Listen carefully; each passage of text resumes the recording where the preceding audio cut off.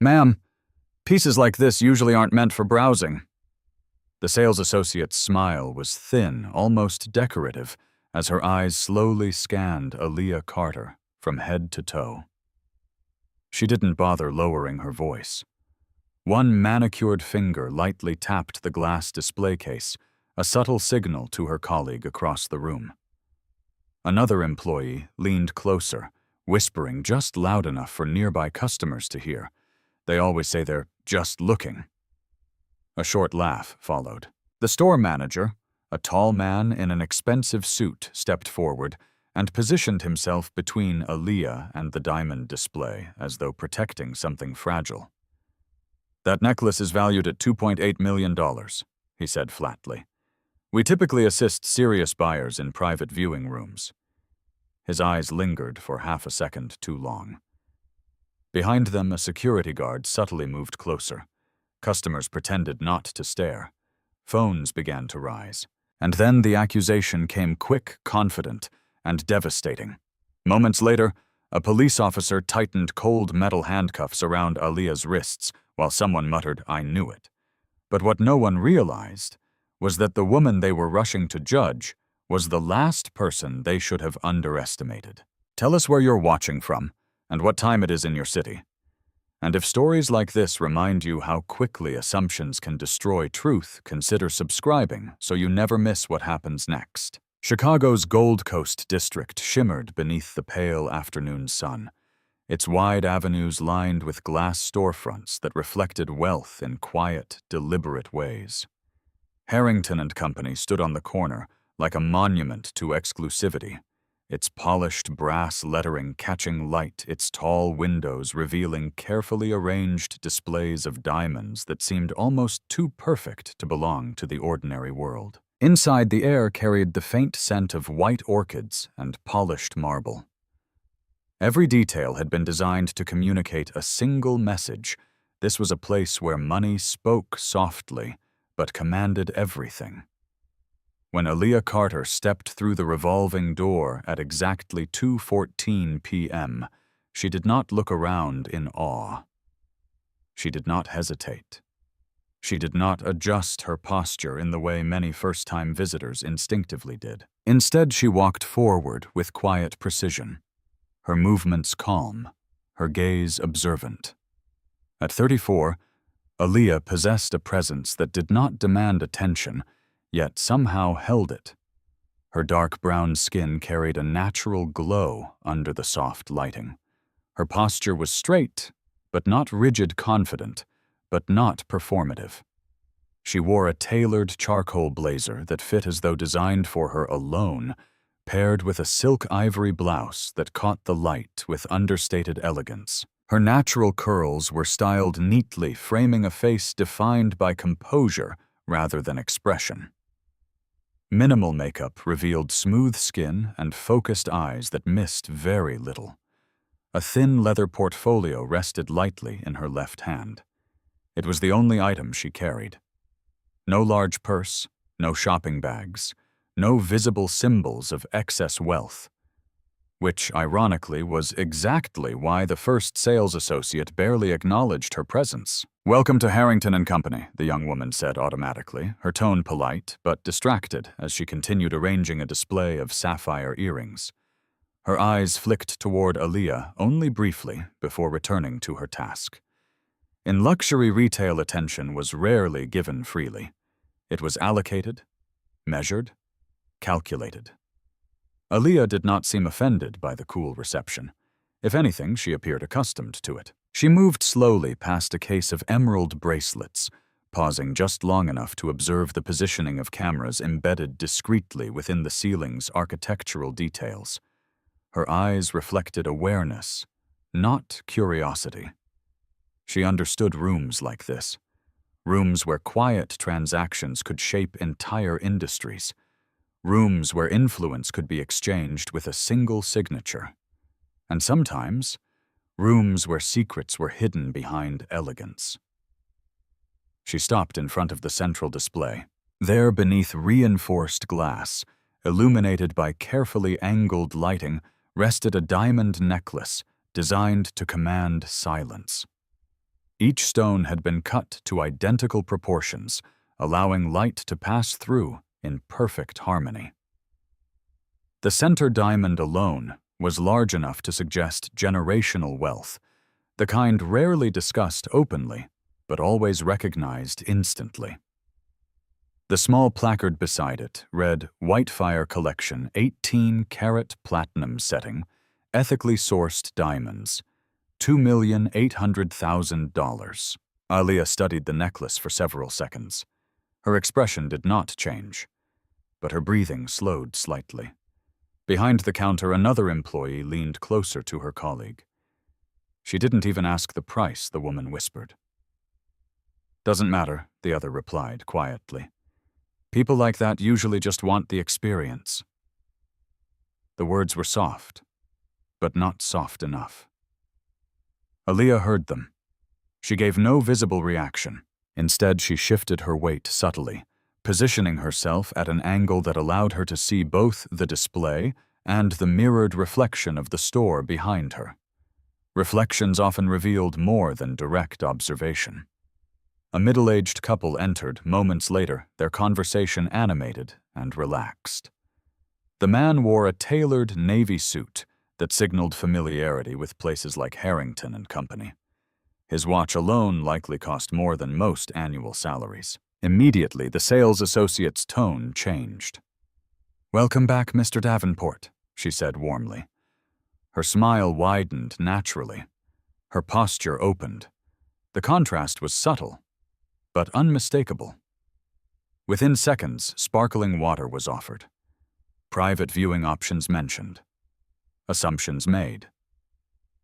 Aaliyah remained standing quietly near the central display, her attention returning once more to the diamond necklace. Her fingers lightly brushed the edge of the glass, not touching, simply measuring distance. She appeared patient. But time mattered today. Every minute carried weight. Inside the slim leather portfolio rested documents that connected financial transactions across 3 states. Accounts that appeared unrelated at first glance, transfers that seemed routine, purchases that raised no alarms, until someone like Aaliyah noticed the patterns hidden beneath surface normality. 3 years of investigation had led to this moment. 3 years of tracing shell corporations that existed only long enough to move assets invisibly. 3 years of quietly cooperating with federal investigators who believed a sophisticated diamond laundering network had embedded itself within legitimate luxury markets. Harrington and Company was not yet officially implicated, but irregularities had been flagged. Unusual inventory transfers, unverified sourcing documentation, high-value pieces appearing briefly before being reported as sold privately. The necklace before her matched a description included in sealed federal records. She needed confirmation. Nothing more. Nothing visible. Just confirmation. From the corner of the room, a tall man in a tailored gray suit observed her with growing interest. Daniel Harrington III did not often stand on the showroom floor, but today had already brought 2 unexpected appointment cancellations, and unexpected variables made him attentive. "Has she been helped?" he asked quietly. "Not yet," the associate replied. "Should I? I'll handle it." His voice was controlled. Professional, but calculated. He approached slowly, careful not to appear hurried. Luxury environments valued composure above all else. "Good afternoon," Harrington said, stopping a respectful distance away. His eyes moved briefly toward the necklace, then back to Aaliyah. "Are you searching for something specific?" His tone was polite. Neutral. Practiced. Aaliyah turned to face him fully for the first time. Her expression remained calm. "I'm interested in learning more about this piece." Her voice was steady, clear, unapologetic. Harrington's gaze flickered briefly toward her portfolio, then toward her shoes, then back to her face. A pause followed, almost imperceptible. The Whitefire collection is typically shown by private appointment, he said carefully. Many of our clients prefer discretion when considering acquisitions at this level. I understand, Aaliyah replied. Her eyes did not move away from his. I only need a closer look. Something in her composure unsettled him. Not confidence. Certainty, as though she already knew more than she should. Behind the counter, one of the associates subtly adjusted the camera angle through a small touchscreen interface. Security protocol required monitoring interactions involving high-value inventory, but this attention felt different, focused, intentional. Aaliyah noticed the adjustment through reflection, noted the timestamp displayed briefly on the monitor. 2:21 p.m., 7 minutes inside, longer than most unassisted visitors were allowed to remain near the Whitefire piece. From the entrance, the security guard shifted position slightly, not blocking, not intervening, just observing more closely. Small signals, tiny adjustments in atmosphere, subtle tightening of unspoken assumptions. Harrington folded his hands lightly in front of him. I should mention, he added, that verification is typically required before handling pieces of this magnitude. Aaliyah nodded once. That won't be a problem? Her answer came quickly. Too quickly. Something behind Harrington's polite smile grew more alert. In environments built on exclusivity, unexpected confidence often triggered scrutiny. And scrutiny sometimes triggered mistakes. Behind them, the associate who had first greeted Aaliyah now watched openly her earlier indifference replaced by quiet suspicion. She whispered again to her colleague. This feels strange. Watch her hands, the colleague replied. Aaliyah remained perfectly still, composed, patient. Yet beneath the calm exterior, calculations continued forming. She had anticipated resistance, anticipated doubt, anticipated the weight of perception pressing invisibly against every word she spoke. What she had not anticipated was how quickly attention would escalate. Harrington gestured politely toward a side counter. If you would like, we can discuss details in a more private setting. Aaliyah glanced once more at the necklace, then back at him. Yes, she said quietly. I think that would be best. Neither of them noticed the woman near the entrance observing the scene carefully, watching the necklace, watching Aaliyah, watching everything. Within minutes, that same woman would raise her voice loud enough for the entire store to hear, and everything would change. The woman near the entrance had been inside Harrington and Company for less than 4 minutes yet. Her presence had already altered the atmosphere in ways few immediately understood. Victoria Langford was known in certain circles where wealth was not merely displayed, but performed. Her arrival rarely went unnoticed. Today was no exception. Her heels struck the marble floor with deliberate rhythm, announcing importance before introductions were even necessary. Draped over her shoulders was a cream-colored designer coat that had appeared in fashion editorials months earlier. A diamond bracelet rested effortlessly on her wrist, sparkling each time she lifted her hand to adjust her oversized sunglasses. 2 associates instantly approached her. Ms. Langford, welcome back, one greeted warmly. Victoria offered a brief nod, already scanning the displays with visible impatience. I'm looking for something specific, she said, her voice low but commanding. I was informed the Whitefire necklace arrived yesterday. Harrington's posture straightened slightly at the mention of the piece. Yes, of course, he replied, moving closer. It is currently secured in the main display. Victoria's eyes shifted across the showroom, then stopped. Not on the necklace.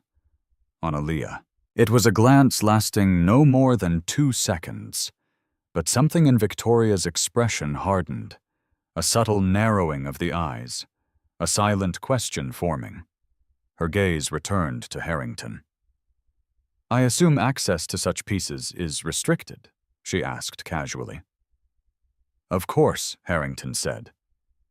Good, Victoria replied. Her tone suggested expectation rather than curiosity. As Harrington moved toward the central display, A sales associate retrieved the key required to open the reinforced glass casing. The small metallic click carried across the room with quiet authority. The necklace was carefully lifted and placed on a velvet presentation tray. Even under controlled lighting, the diamonds captured attention with almost unsettling brilliance. Victoria leaned slightly closer. "Yes," she said. "This is exactly what I requested." Her fingers hovered near the necklace but did not touch. "I'll need a moment to consider," she added. "Certainly," Harrington replied. "We can prepare a private viewing space." As they turned toward the side lounge, a brief interruption occurred. One associate paused. Her brow furrowed. "I'm sorry," she said, glancing at the tray. "The clasp appears slightly misaligned." Victoria frowned. "What do you mean?" The associate examined the necklace more closely.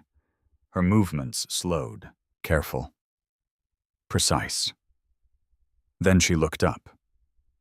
Her expression had changed. "The center diamond alignment is correct," she murmured. "But this clasp, it does not appear to be the original locking mechanism." Harrington stepped forward immediately. "What are you suggesting?" "I'm not certain," she replied cautiously. "But this piece should have a platinum triple lock closure. This appears to be a temporary fastening." Victoria's voice sharpened. "What exactly are you saying?" Silence stretched briefly across the showroom. Another associate moved quickly to review inventory records on the digital system. Her fingers typed rapidly. "Item Whitefire, 4582. She read softly. "Status secured at 1352. Her eyes lifted slowly. That was 29 minutes ago. Harrington's jaw tightened. "That is not possible," he said quietly. Victoria's composure fractured slightly. "I specifically arranged to view the verified original." Her tone had lost its earlier calm polish. "This necklace is valued at nearly $3 million. She turned toward Harrington. "I trust your security protocols are sufficient." The room grew noticeably still. Aaliyah remained near the side counter, observing the exchange without interfering. But she noticed something others did not. The associate handling the necklace had not yet checked the underside inscription. Every Harrington piece included microscopic engraving visible only under magnification. She watched carefully as the associate retrieved a jeweler's loupe. The small lens caught light briefly as it was raised. A pause followed. Then another. The associate inhaled sharply. "This is not the registered engraving." Victoria's voice cut through the silence. "What does that mean?" Harrington's response came slowly. "It means this may not be the authenticated Whitefire piece." Victoria's expression changed instantly. Shock gave way to anger. "That necklace was here less than 30 minutes ago." Her gaze moved across the showroom, stopping again on Aaliyah. The pause lasted longer this time. Much longer. The associate who had earlier whispered now stepped forward, her voice low but urgent. She was standing closest to the display. The words landed heavily. Victoria's eyes narrowed further. Harrington did not respond immediately. Instead, he reviewed the security monitor feed visible behind the counter. Multiple camera angles appeared on the screen. Timestamps confirmed continuous recording, yet uncertainty had already entered the room. Victoria crossed her arms. "I assume you will address this situation immediately," she said coldly. Harrington nodded once. "Of course." His attention shifted toward the associate nearest the phone. "Contact security." Aaliyah's posture did not change, but internally tension sharpened. Something was unfolding faster than anticipated. Security personnel approached within seconds, alerted by the store's internal communication system.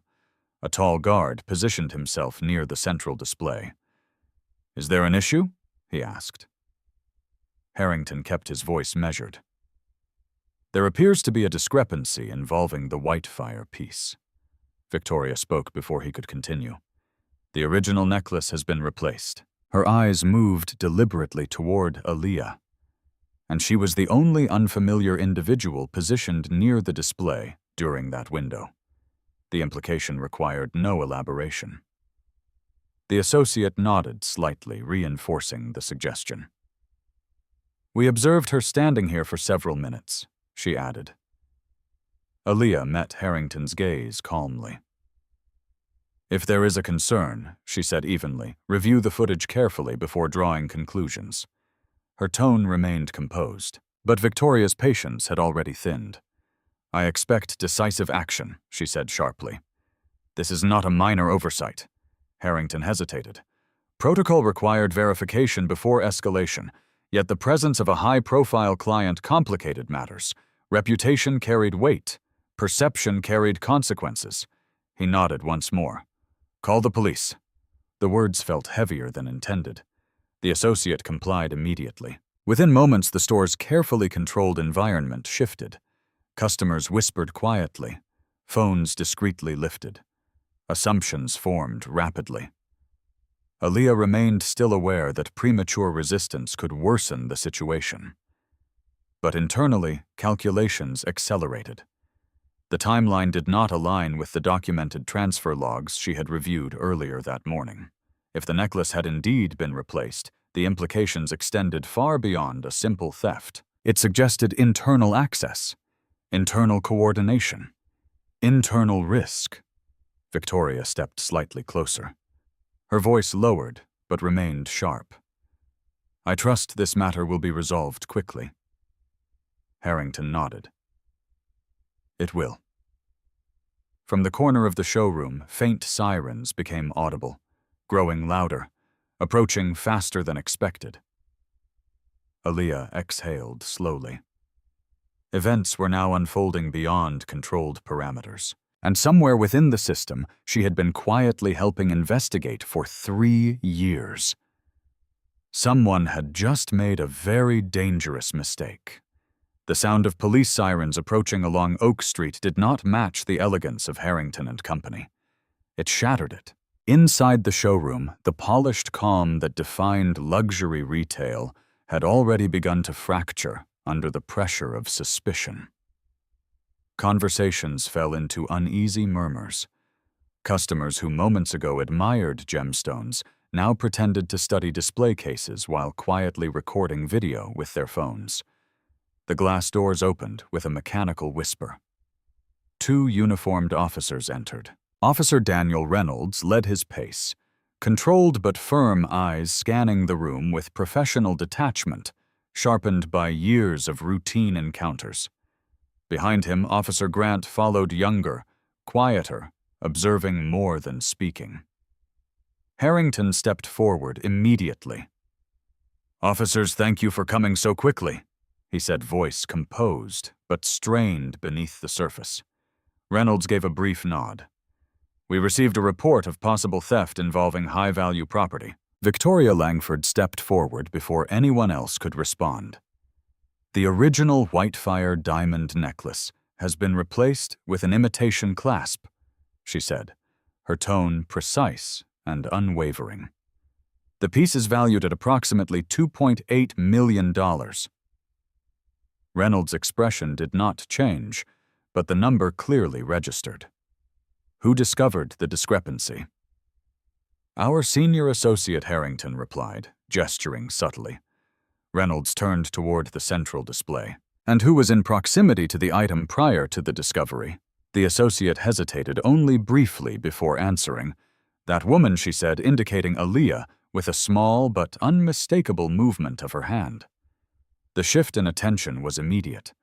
Several customers stepped slightly aside, clearing a subtle path of visibility between Aaliyah and the officers. Phones lifted higher, recording angles adjusted. The unspoken assumption moved through the room like static electricity. Reynolds approached calmly, stopping a respectful distance away.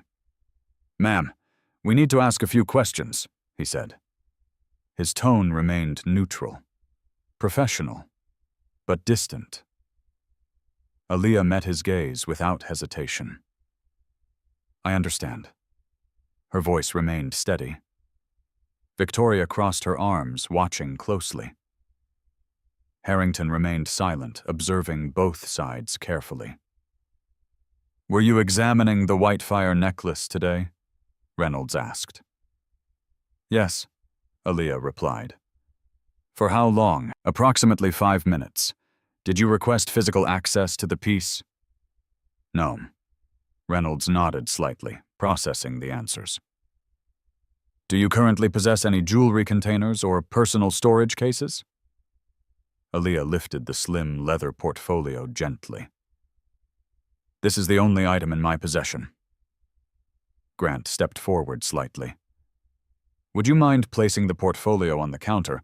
Aaliyah complied, without resistance. Her calm cooperation contrasted sharply with the tension growing among the onlookers. Grant opened the portfolio carefully. Inside were documents neatly organized, financial charts, printed transaction summaries, handwritten notes, nothing resembling stolen jewelry. Grant closed the portfolio again. Reynolds's attention shifted toward Aaliyah's coat pockets. "For clarity, we will need to confirm that no items were removed from the display area." Aaliyah inclined her head slightly. "You may verify whatever procedure is necessary." Victoria's voice broke in again. "With respect, officers, time is extremely important. That necklace cannot simply disappear."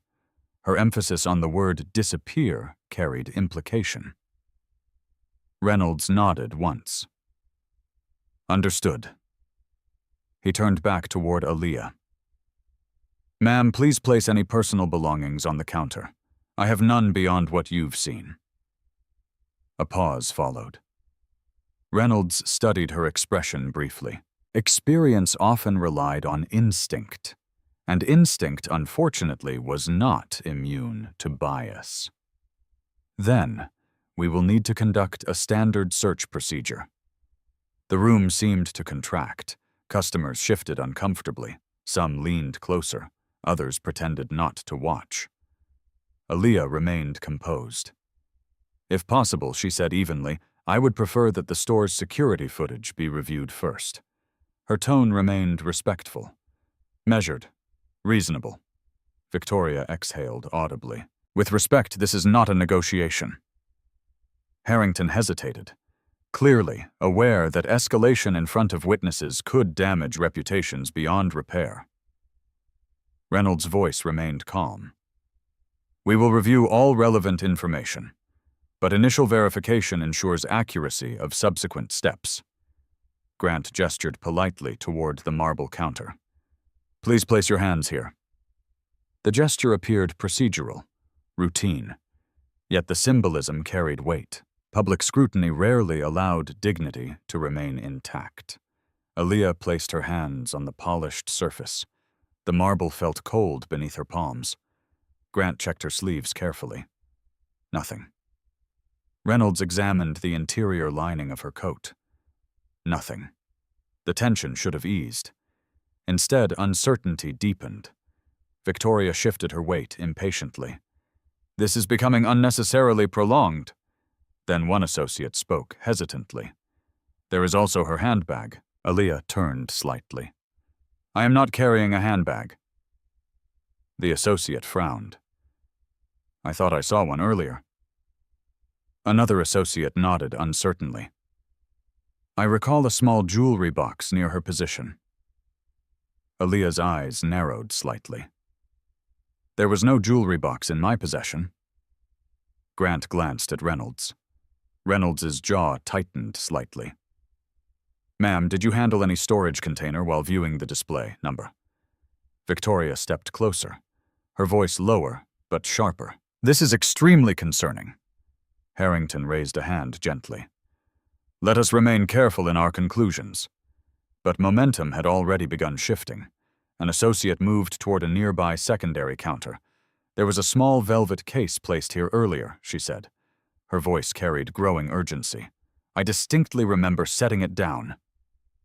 Reynolds approached the counter. Where exactly? Right here. Her finger indicated a precise spot on the marble surface. Empty. Grant examined the surrounding area. Nothing visible. Customers whispered again. The absence of the case increased suspicion, rather than relieving it. Reynolds turned back toward Aaliyah.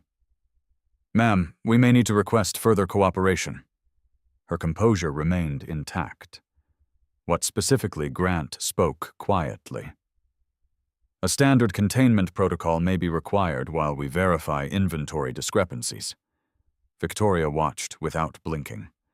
Harrington's expression tightened. The decision carried risk, but in high-value environments, perceived inaction could be equally damaging. Reynolds spoke carefully. "Ma'am, until we confirm the location of the original necklace, we must ensure that all individuals present remain available for questioning." "I have no intention of leaving," Aaliyah replied calmly. Her voice held no trace of panic, only certainty. Grant retrieved a pair of handcuffs discreetly from his belt. The metallic sound, though quiet, carried unmistakable meaning. Aaliyah's eyes flickered briefly toward the reflective glass display, then back to Reynolds. "Is this necessary?" Reynolds answered with procedural restraint. "This is a temporary measure while we establish clarity." Victoria remained silent, watching, waiting. Customers leaned closer, phones now fully raised. Grant stepped forward. "Please place your hands behind your back." The moment hung suspended between dignity and assumption. Aaliyah did not resist, but something within her expression shifted. Not fear, not anger. Something more controlled. As the cold metal closed around her wrists, murmurs spread through the showroom. "She looks calm," someone whispered. "Too calm," another replied. Reynolds guided her gently but firmly away from the central display. Protocol required distance from contested property. Victoria exhaled slowly, tension easing from her posture. Harrington looked unsettled. The associate who had first indicated Aaliyah now avoided direct eye contact. Something about the situation felt incomplete, unresolved. Grant's radio crackled softly. Background chatter. Routine communication. Yet Aaliyah's attention shifted toward the faint sound. Her phone vibrated inside her coat pocket. Once, twice, 3 times. Persistent, urgent. Reynolds noticed. "You may silence your device," he said. Aaliyah did not move immediately. The vibration stopped, then resumed again seconds later. Someone was trying very hard to reach her, and whoever it was clearly did not yet know she was already in handcuffs. The atmosphere inside Harrington and Company no longer resembled the quiet elegance it had carefully cultivated for decades. The room had transformed into something tense and fragile, where every movement seemed amplified, and every whispered word carried sharp implications. Aaliyah Carter stood near the marble counter, her hands restrained behind her back, the cold metal of the handcuffs pressing lightly against her wrists. She did not struggle. She did not plead. She did not raise her voice. Her stillness unsettled the room more than resistance ever could. Officer Reynolds remained observant, scanning both the physical environment and the emotional temperature rising among those present. Experience had taught him that people revealed more in moments of discomfort than in moments of calm. "Let's walk through the timeline carefully," Reynolds said, his voice controlled but firm. Grant moved closer to the secondary counter, where the associate had claimed to see a velvet jewelry case moments earlier. "Describe the container again," Grant requested. It was small, the associate said, her fingers pressing lightly against the marble, as though trying to recall the exact texture of memory. Dark navy velvet, square edges. I placed it down briefly while assisting Ms. Langford. Victoria Langford lifted her chin slightly. I did not request any secondary pieces, she said coolly. My interest was exclusively the Whitefire necklace. The associate swallowed subtly. Yes, of course. I understand. But I remember seeing the case near the display area when Ms. Carter was standing there. Her eyes shifted briefly toward Aaliyah. Reynolds followed the glance. A navy velvet case would typically contain what type of item, he asked Harrington. Usually smaller diamond accessories, Harrington replied carefully. Bracelets, earrings, occasionally loose stones prepared for private viewing. Would such a case normally be left unattended? No, Harrington admitted. Grant examined the countersurface carefully, searching for impressions or markings left behind by the missing object. Any surveillance coverage of this position, he asked. Yes, Harrington replied quickly. Camera angle C4 monitors this entire section. One associate immediately pulled up the feed on the internal monitor. Timestamps scrolled backward, 2:16 p.m., 2:17 p.m., 2:18 p.m. Aaliyah appeared on screen, standing near the display case, her posture calm, her hands visible at her sides. 2:19 p.m. A customer passed between camera angles, briefly obscuring view. 2:20 p.m. The associate entered the frame carrying a small velvet box. 2:21 p.m. She placed it momentarily on the secondary counter while responding to Victoria's question regarding diamond certification. 2:22 p.m. The associate stepped away momentarily toward the storage cabinet. The box remained visible. 2:23 p.m. Aaliyah shifted slightly closer to the display. The velvet box remained untouched. 2:24 p.m. Another customer entered the frame, partially obstructing view. 2:25 p.m. The velvet box was no longer visible. The room grew still. Grant replayed the footage twice more. There is no clear visual confirmation of the moment it disappeared, he said quietly. Victoria's expression sharpened.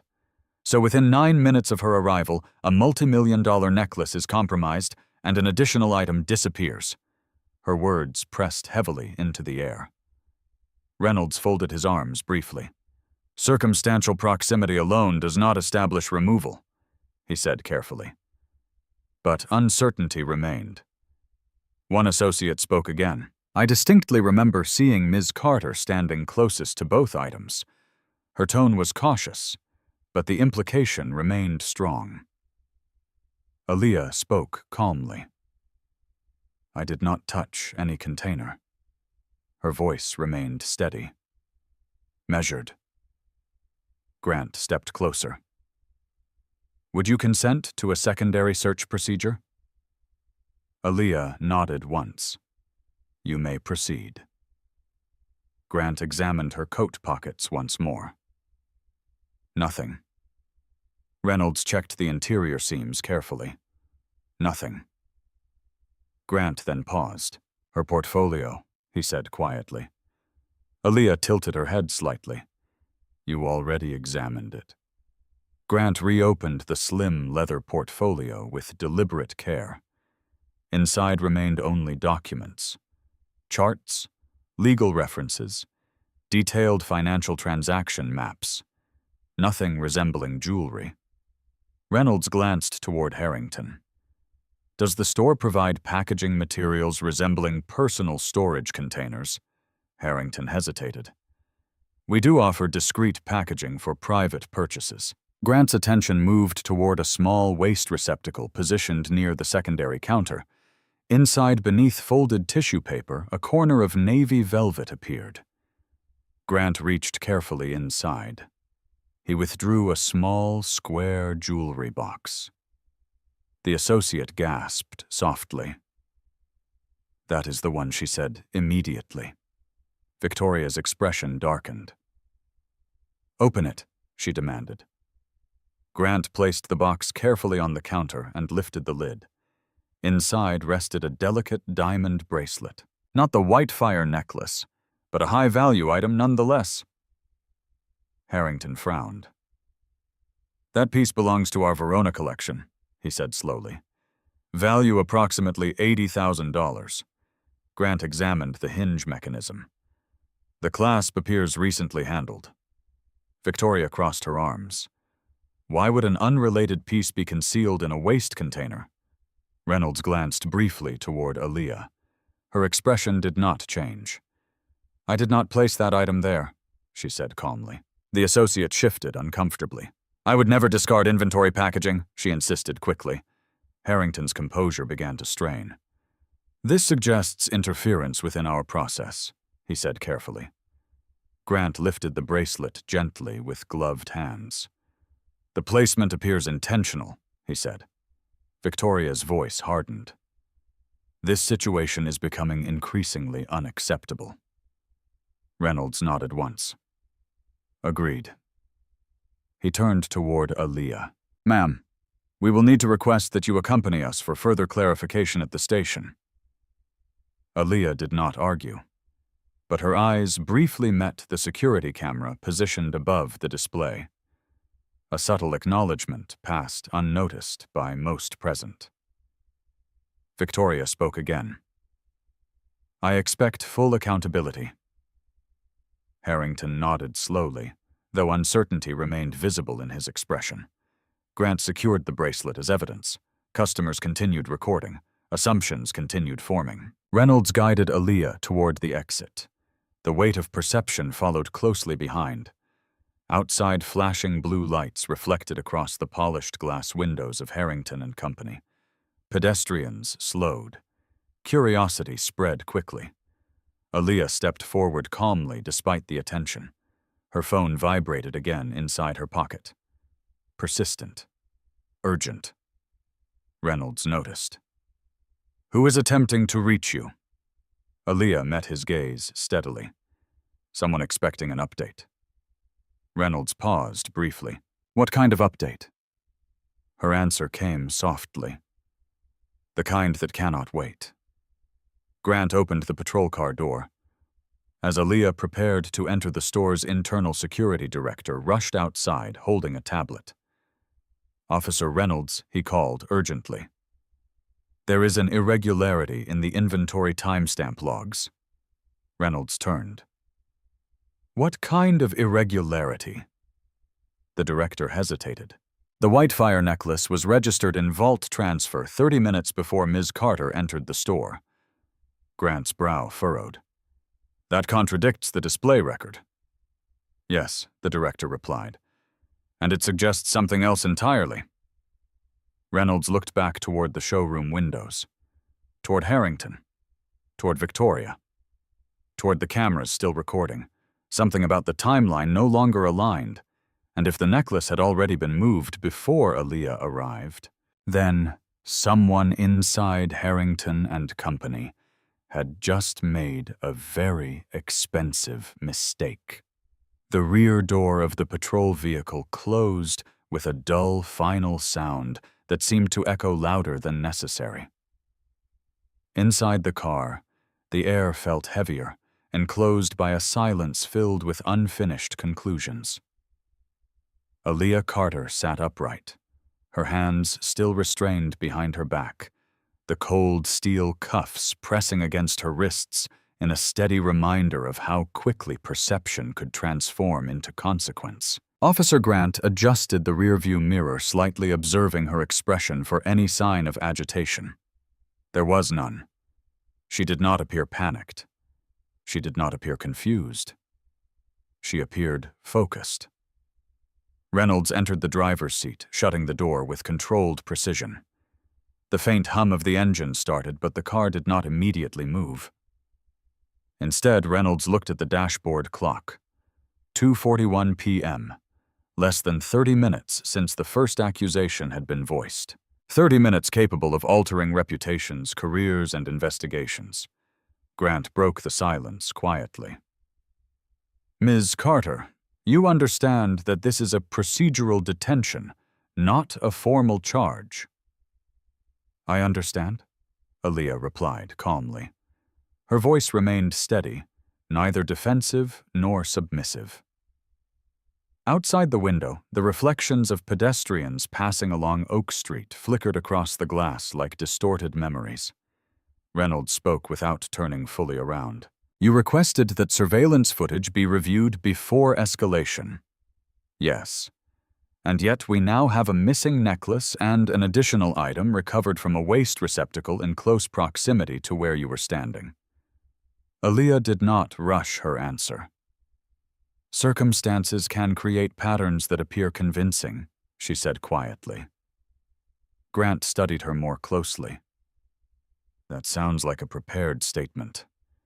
It sounds like experience, she replied. Reynolds shifted the vehicle into motion. Traffic moved slowly along the avenue, the afternoon congestion typical for the district.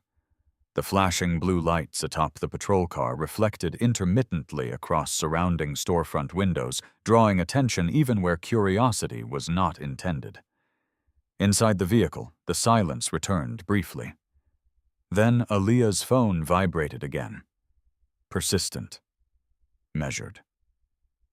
Reynolds glanced toward Grant. Retrieve the device. Grant carefully reached into the coat pocket, removing the phone. The screen displayed multiple missed calls from a single contact. No name. Only initials. M.D. Grant raised an eyebrow. Expecting an important conversation, Aaliyah met his gaze calmly. Yes. Grant hesitated. Reynolds spoke quietly. You may answer on speaker. Grant pressed accept. A calm but urgent voice filled the confined space. Aaliyah, where are you? The tone carried familiarity. Professional urgency. I am currently unavailable, Aaliyah said carefully. A pause followed. Then the voice spoke again, lower now. You missed the scheduled check-in. We initiated trace protocol. Grant exchanged a brief glance with Reynolds. The terminology sounded unusual. I encountered an unexpected delay, Aaliyah replied. The voice did not respond immediately. Then came a question.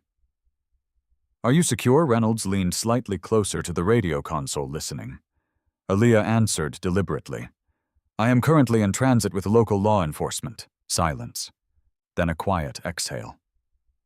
Understood, the voice said. Grant spoke. Sir, please identify yourself. Another pause. Then calm authority entered the tone. This is Michael Davenport, Department of Justice Liaison.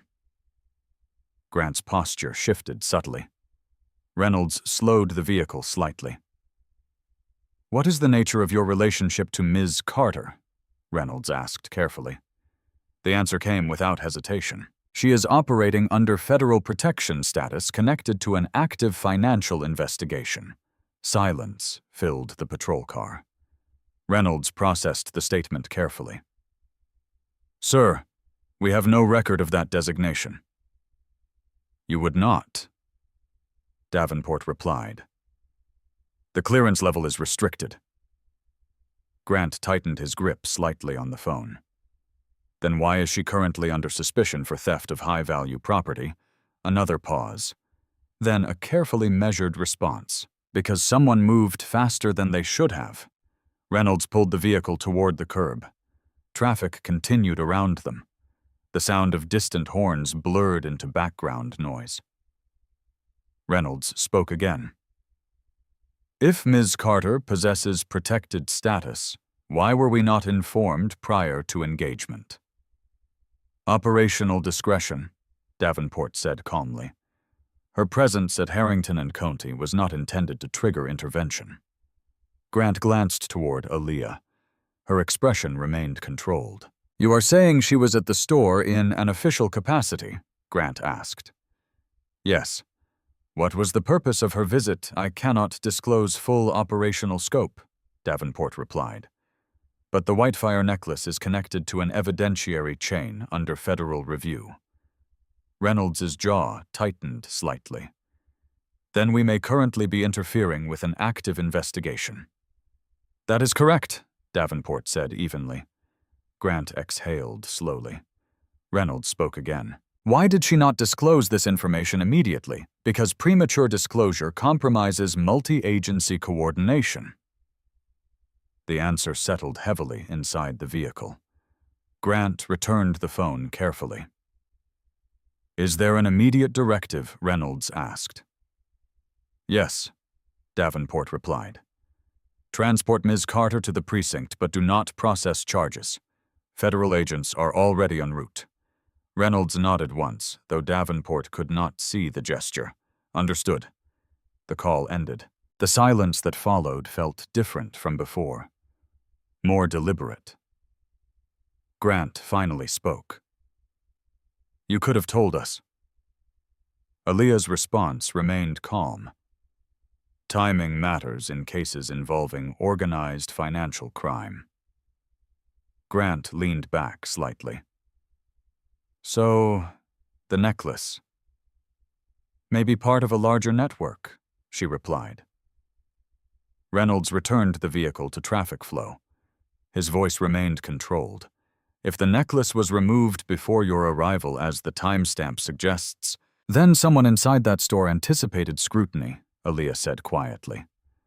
Grant considered the implication. Meaning internal coordination, yes. Reynolds focused on the road ahead, and now that internal coordination knows law enforcement has become involved. Aaliyah's eyes moved briefly toward the passing skyline, which accelerates risk. Grant spoke more cautiously now. You understand the position this places us in. I do. Reynolds exhaled slowly. Federal agents will clarify jurisdiction upon arrival. Aaliyah nodded slightly. Outside, the city continued its rhythm. Unaware that within one patrol car, a local misunderstanding had just intersected with a federal investigation involving millions of dollars in untraceable assets. Grant finally asked the question forming in both officers' minds. Ms. Carter, exactly how valuable is the information connected to that necklace? Her answer came quietly, enough to dismantle a network that has operated undetected for nearly a decade. Reynolds tightened his grip slightly on the steering wheel, and now those involved no attention has shifted toward them. Yes, Grant spoke carefully.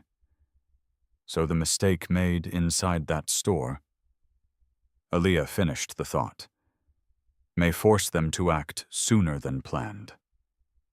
The patrol car turned toward the precinct entrance. Inside, routine activity continued, unaware of the significance approaching. And somewhere across the city, someone who believed their operation remained invisible had just been given reason to panic. The precinct building stood in sharp contrast to the polished elegance of Harrington and Company. Its brick exterior bore the quiet fatigue of decades of public service, its interior illuminated by fluorescent lighting that exposed rather than softened reality. As Officer Reynolds guided Aaliyah Carter through the double-glass doors at exactly 3:02 p.m., conversations slowed just slightly. It was not unusual for officers to escort detainees inside, yet something about Aaliyah's composure drew attention. She did not look disoriented. She did not appear ashamed. She walked with the same steady posture she had carried through the luxury showroom minutes earlier. Grant removed the handcuffs only after they reached a private interview room. The faint metallic click echoed in the small space, leaving a brief indentation on Aaliyah's wrists that she ignored completely. "Please have a seat," Reynolds said. Aaliyah nodded once and sat calmly across from the small metal table fixed to the floor. The room carried the faint scent of old paperwork and recycled air, the quiet hum of overhead lights, filling spaces between words. Grant remained near the door, arms loosely folded, watching. Reynolds placed a thin file folder on the table. For clarity, he began. No formal charges have been filed. Aaliyah inclined her head slightly. I appreciate the distinction. Reynolds studied her expression carefully. You do not appear surprised by the situation. I am not, she replied. Grant raised an eyebrow. That level of calm usually comes from experience. Aaliyah's gaze rested briefly on the blank wall behind Reynolds. Yes, she said quietly. It does. Reynolds opened the file folder, though the pages inside contained little more than preliminary incident notes. We will wait for federal confirmation before proceeding further. He paused. But you should understand something. Aaliyah met his eyes. Public perception rarely waits for clarification. She nodded once. I am aware. The reality was familiar. Painfully familiar. For most of her life, assumptions had arrived faster than facts.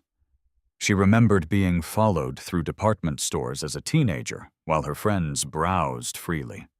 She remembered professors questioning whether her analytical conclusions were overly ambitious. She remembered clients requesting a second opinion only to later credit her findings once validated by someone else. Each moment had seemed isolated at the time. But patterns revealed themselves eventually. Patterns shaped expectations. Expectations shaped behavior. And behavior shaped opportunity. Grant broke the silence gently. You did not react when the handcuffs were applied. No.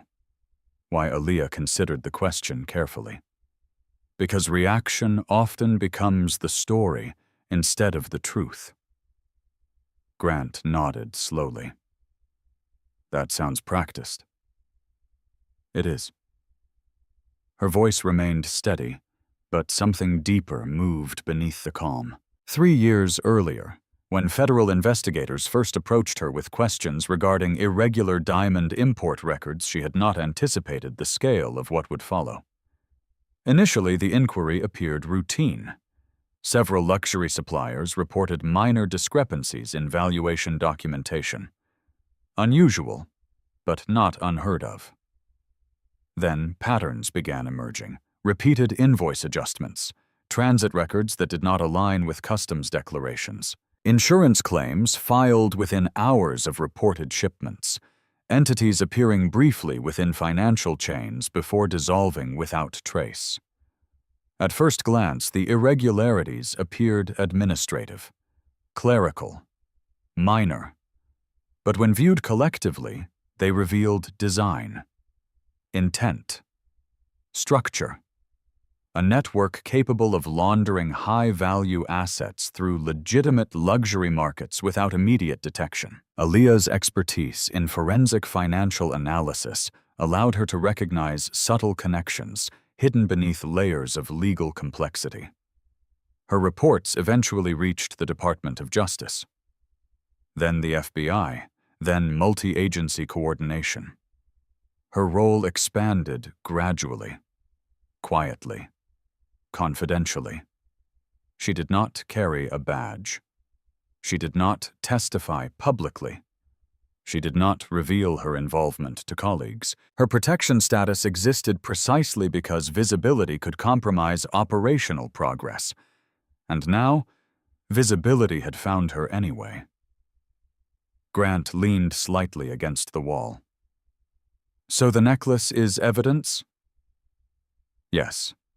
And Harrington and Company, possibly connected. Reynolds exhaled slowly.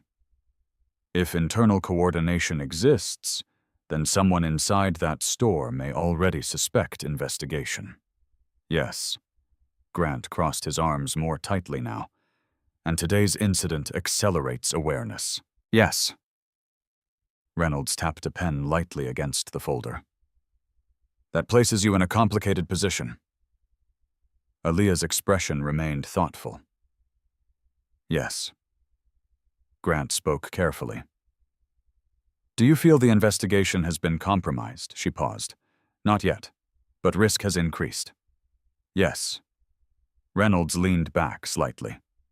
In situations like this, do federal teams adjust strategy? Yes. How?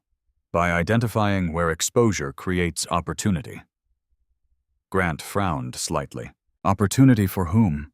For truth, she replied quietly. The room fell silent again. Outside, muffled voices echoed faintly through the hallway. Routine conversations. Administrative tasks. Ordinary concerns. Yet within the small interview room, multiple agencies now intersected within a single moment of misunderstanding. Grant studied her expression again. You knew the risk entering that store? Yes. And you went anyway? Yes. Reynolds asked the question carefully. Why? Aaliyah's answer came without hesitation. Because financial networks depend on invisibility. She folded her hands gently on the table. And sometimes invisibility depends on people believing they are above scrutiny. Grant nodded slowly, meaning someone believed they could move evidence without detection. Yes. Reynolds glanced briefly at the clock on the wall. 3:18 p.m. Federal response times varied depending on urgency classification. Davenport's tone suggested priority escalation. Grant finally asked quietly, Do you trust the system to correct what happened today? Aaliyah considered carefully. I trust patterns. Grant tilted his head slightly. What pattern? Truth eventually requires alignment. Reynolds allowed a small exhale. That is a very patient perspective. It has to be. A faint knock sounded at the door. Grant opened it partially. A desk officer spoke quietly. 2 federal agents have arrived. Reynolds exchanged a brief glance with Aaliyah, then nodded once. Send them in. The hallway noise shifted slightly as footsteps approached. Measured. Purposeful. The door opened fully. 2 individuals entered dressed in dark professional attire rather than tactical gear. Their presence did not demand attention. It commanded it. One of them spoke first. Ms. Carter. Aaliyah stood calmly. The agent nodded once. Thank you for your patience. Grant and Reynolds exchanged a brief look. The atmosphere in the room shifted once more. Authority had arrived. And with it, answers that would change everything that had happened inside Harrington and Company Special Agent Marcus Delgado did not raise his voice when he entered the interview room. Yet the shift in atmosphere was immediate. Authority did not always announce itself loudly. Sometimes it arrived quietly, carried in posture, in stillness, in the absence of unnecessary movement. Behind him stood Special Agent Renee Whitaker, her expression composed but observant. Her eyes moving quickly across the room, assessing details, processing context, building conclusions before a single formal word was spoken. Officers, Delgado said, with a polite nod toward Reynolds and Grant. Reynolds stood. Agent Delgado, we were informed you would be arriving. Delgado extended a small leather credential wallet displaying identification briefly but clearly. Grant leaned slightly forward to confirm authenticity. Everything aligned. Delgado turned his attention toward Aaliyah. Ms. Carter, he said calmly, I apologize for the inconvenience this situation has caused. Aaliyah nodded once. No apology is necessary. Whitaker stepped closer, placing a slim tablet on the table. The screen displayed encrypted files, time-stamped logs, and a structured chain of authorization codes that left little room for ambiguity. Reynolds folded his arms loosely. For clarity, he said carefully, we received a report of possible theft involving high-value jewelry. At the time of response, we had no knowledge of federal involvement. Delgado nodded.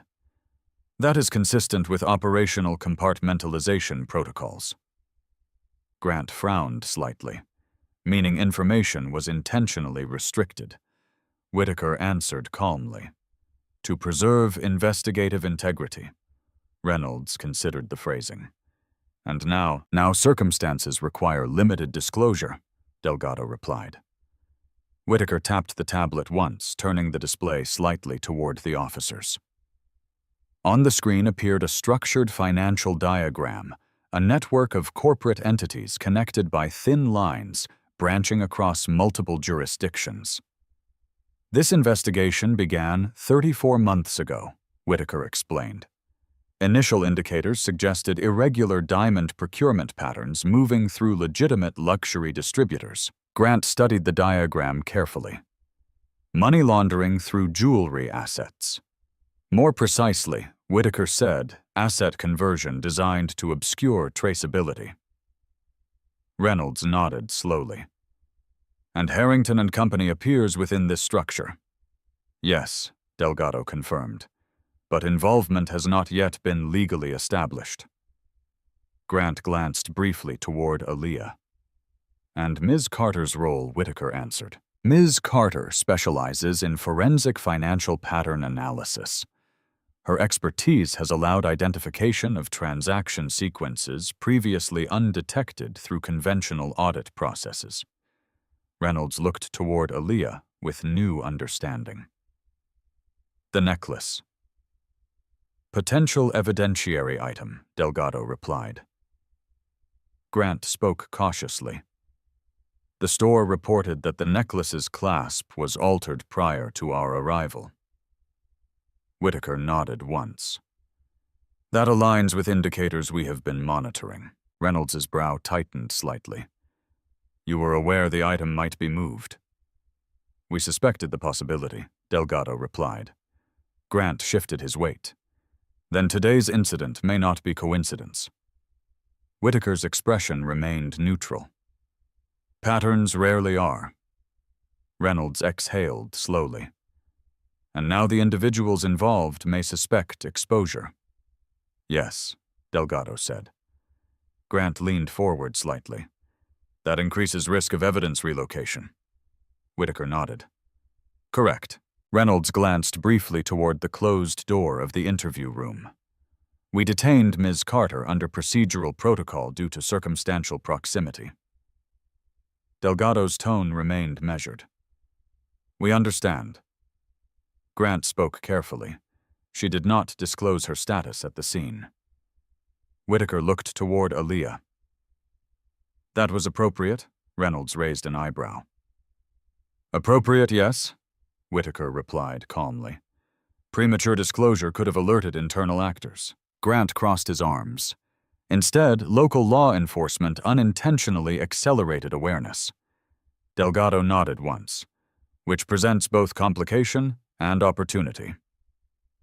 Reynolds tilted his head slightly. How so? Whitaker tapped the tablet again, revealing a timestamp comparison. The necklace was removed from secure vault inventory 30 minutes before Ms. Carter entered the showroom. Grant nodded slowly. We were informed of that irregularity by the store's security director. Whitaker zoomed in on the timestamp. However, transfer authorization appears digitally validated by an internal credentials account. Reynolds leaned closer. Meaning someone within Harrington and Company executed the movement. Yes, Delgado said. Grant considered the implication carefully. If internal personnel moved the necklace prior to Ms. Carter's arrival, then the theft accusation may serve as misdirection. Whitaker nodded once. That is one working theory. Reynolds spoke thoughtfully. The additional bracelet discovered in the waste container may also represent staged confusion. Correct, Whitaker replied. Grant looked toward Aaliyah again. So the assumption of guilt was anticipated. Aaliyah spoke quietly. Patterns often rely on predictability. Reynolds exhaled slowly. And predictability includes bias. No one disagreed. Whitaker continued. 3 shell corporations connected to diamond resale transactions were dissolved within 48 hours of Ms. Carter's scheduled visit. Grant frowned. That suggests information leakage. Yes, Delgado said. Or internal suspicion. Reynolds leaned back slightly. And now those responsible may attempt asset relocation before federal seizure authorization finalizes. Whitaker nodded. Which is why timing has become critical. Grant asked carefully. What is required from us? Delgado answered calmly. Cooperation. Reynolds gave a short nod. That is already understood. Whitaker retrieved a digital file. We will require access to all incident documentation, body camera footage, and chain of custody records associated with the bracelet recovered at Harrington and Company. Grant agreed immediately. Those can be provided. Delgado turned toward Aaliyah. Are you prepared to proceed? Her answer came without hesitation. Yes. Reynolds studied her expression. You intend to return to the store, Whitaker answered. Not immediately, Grant asked. Then what is the next step? Delgado paused briefly. We observe who moves first. Reynolds considered the strategy. You expect someone connected to the necklace to act quickly. Whitaker nodded once. Pressure creates mistakes. Grant exhaled slowly. And mistakes create evidence. Yes, Delgado confirmed. A brief silence settled across the room. The misunderstanding that had begun as a public humiliation now revealed itself as part of a far larger structure. Reynolds finally spoke. For the record, Ms. Carter cooperated fully at the scene. Whitaker acknowledged the statement with a small nod. That will be noted. Grant leaned slightly closer to the table. Will federal protection status be formally disclosed? Delgado shook his head. Not yet. Reynolds frowned slightly. She remains vulnerable to public assumption. Whitaker's tone remained steady. For now, perception remains part of operational design. Grant exhaled quietly. That places considerable burden on her. Aaliyah spoke calmly. I accepted that responsibility when I agreed to assist. Reynolds looked at her with new respect. Grant spoke quietly. So whoever moved that necklace, Whitaker finished the thought, now believes their plan remains intact. Delgado closed the tablet. But they do not yet realize the timeline has already begun collapsing around them. Reynolds stood slowly. Then we proceed carefully. Delgado nodded. Carefully. Whitaker gathered the digital files. Grant opened the interview room door. Routine precinct activity continued outside. Phones rang. Officers moved between desks. Ordinary moments unfolding unaware that a multi-million-dollar investigation had just moved one step closer to exposure. And somewhere inside Harrington and Company, someone was already deciding what to move next. The interview room slowly emptied, leaving behind the faint echo of footsteps and the quiet hum of overhead fluorescent lights. For the first time since entering the precinct, Aaliyah Carter allowed herself a measured breath. Not relief, not fatigue, but recalibration. Moments like this required careful adjustment. Timing had shifted. Variables had multiplied. But the objective remained unchanged. Special Agent Marcus Delgado paused just outside the doorway, speaking quietly into his secure phone. His tone was low-controlled, each word precise. Across the hallway, Special Agent Renee Whitaker was already coordinating digital access requests through encrypted channels, her tablet screen reflecting strings of data authorization codes. Inside the precinct, bullpen routine activity continued, officers completing paperwork, dispatchers monitoring radio channels, the quiet rhythm of civic infrastructure, moving forward, unaware that a federal financial network investigation had just accelerated unexpectedly. Reynolds leaned lightly against the wall outside the interview room. I assume this is the point where everything becomes classified. he said quietly. Delgado offered a faint nod. Only partially. Grant crossed his arms. You mentioned someone inside Harrington and Company may already suspect investigation. Yes. And now they know local police have been involved. Delgado's gaze moved briefly toward the large window overlooking the city street, which increases the likelihood of rapid asset repositioning. Grant exhaled slowly, meaning whoever moved the necklace may attempt to move additional pieces. Whitaker approached tablet in hand. Correction, she said calmly. They already have. She turned the screen toward Delgado. Several highlighted entries appeared within a secured inventory movement registry. 3 additional high-value diamond assets were flagged for internal transfer authorization within the last 20 minutes. Reynolds frowned. That timing aligns with the arrival of patrol officers at the store. Yes, Whitaker confirmed. Grant studied the timestamps carefully. Someone reacted quickly. Delgado nodded. Too quickly. Whitaker enlarged the display. These transfers were approved under internal supervisory credentials belonging to senior inventory management. Reynolds spoke carefully. Which individual holds those credentials? Whitaker paused briefly. The authorization originates from an executive override access point. Grant raised an eyebrow. Meaning someone high within the organization. Yes. Reynolds considered the implication. Harrington himself, Whitaker did not answer directly. We cannot yet establish intent. Delgado spoke quietly. But the sequence suggests awareness of scrutiny. Grant shifted his stance. If assets are being repositioned, what prevents immediate seizure? Whitaker answered calmly. Jurisdictional sequencing. Reynolds nodded slowly. Legal thresholds. Yes. Delgado glanced briefly toward Aaliyah, which is why her presence at the store today was significant. Grant leaned slightly closer. You expected movement. We anticipated irregularities, Whitaker corrected. Grant spoke carefully. And instead you received accelerated confirmation. Yes. Aaliyah stood quietly near the doorway, observing the conversation without interruption. Her role rarely required dramatic gestures. Her value came from interpretation, pattern recognition. Financial behavior rarely revealed itself through single transactions. It revealed itself through response patterns, how individuals moved assets when they believed exposure was imminent, how networks reacted when internal trust fractured.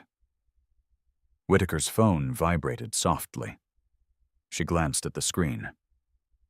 Digital forensics has identified a remote access login initiated from within Harrington and Company at 2:37 p.m.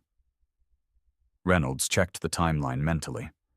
That corresponds with the moment Ms. Carter was escorted outside. Yes, Whitaker said. Grant nodded slowly, meaning someone inside the store used the distraction to initiate asset movement. Delgado's expression remained neutral, which suggests coordinated awareness. Reynolds exhaled quietly. The accusation against Ms. Carter may have been used as cover. Whitaker gave a small nod. That possibility is being evaluated. Grant crossed his arms again. If that is correct, then someone intentionally redirected suspicion. Aaliyah spoke for the first time since leaving the interview room. Misdirection is often more valuable than concealment. Delgado looked toward her, and today, misdirection occurred in plain sight. Grant shook his head slowly. So while everyone focused on one perceived theft, Whitaker finished the thought. Other assets moved without scrutiny. Reynolds straightened slightly. What is the scale of the network? Whitaker tapped her tablet again. Preliminary estimates suggest over $40 million in unverified diamond transactions processed across multiple distribution channels within the last 8 years. Grant let out a low whistle. That is not small-scale laundering. No, Delgado agreed. It is structured asset cycling. Reynolds spoke carefully. And the Whitefire necklace? Whitaker's tone remained calm. Potential keystone evidence. Grant frowned slightly. Why that particular piece? Aaliyah answered quietly.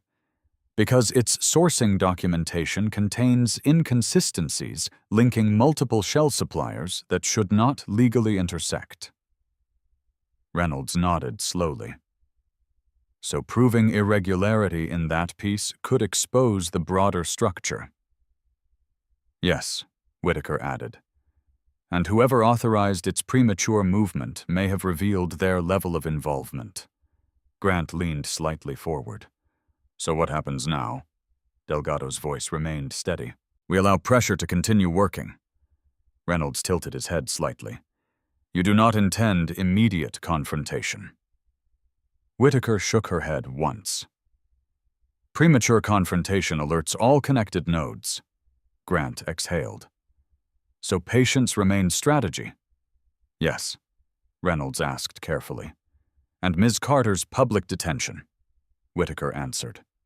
Remains part of observable narrative. Grant looked briefly uncomfortable. She becomes the visible story. Aaliyah spoke calmly. Visibility is sometimes useful. Delgado nodded once.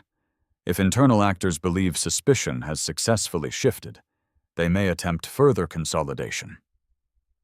Whitaker checked another notification. Financial monitoring indicates unusual transaction preparation activity through an offshore account associated with Verona Holdings. Grant frowned. That name appeared in the bracelet inventory classification. Yes, Whitaker confirmed.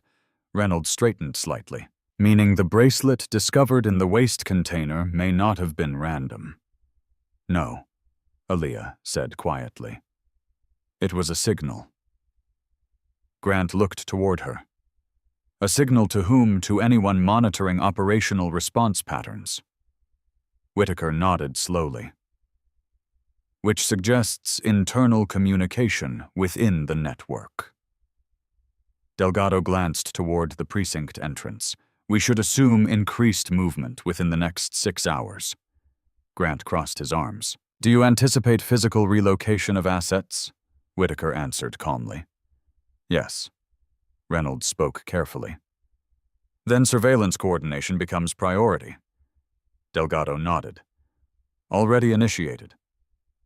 A faint vibration sounded from Whitaker's device. She checked the screen briefly, then looked up. Confirmed.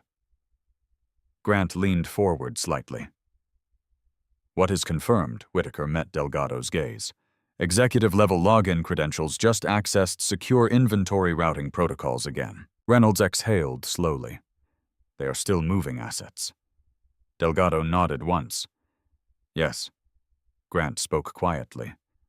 They believe they still control the timeline. Whitaker responded calmly. They do not realize the timeline has already shifted beyond their influence. Aaliyah stepped closer to the window overlooking the city street. Traffic continued normally. Pedestrians crossed intersections unaware that within multiple financial systems movement had already begun. Patterns forming, connections tightening. And somewhere within Harrington and Company, someone had just made another move that could no longer be undone. By 4:05 p.m., the atmosphere inside Harrington and Company had changed in ways few customers could fully understand.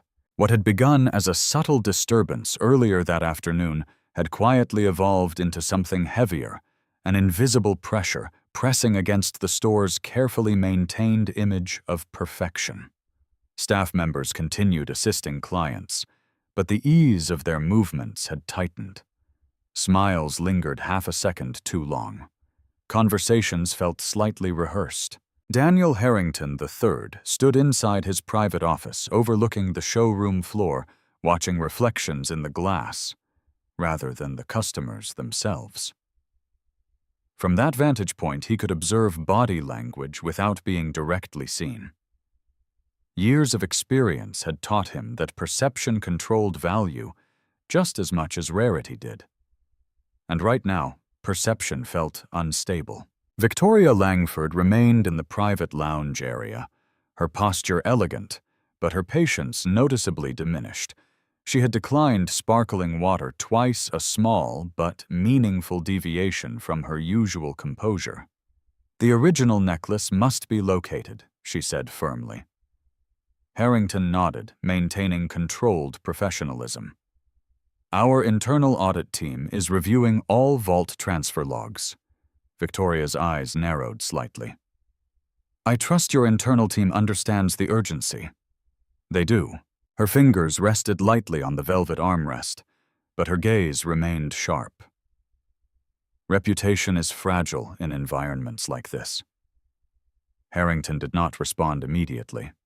He already understood. Luxury depended on trust. Trust depended on consistency. And consistency depended on absolute control of inventory chain of custody. A soft knock sounded at his office door. His executive assistant entered quietly, carrying a tablet. "Sir, the vault timestamp discrepancy has been confirmed." Harrington accepted the device.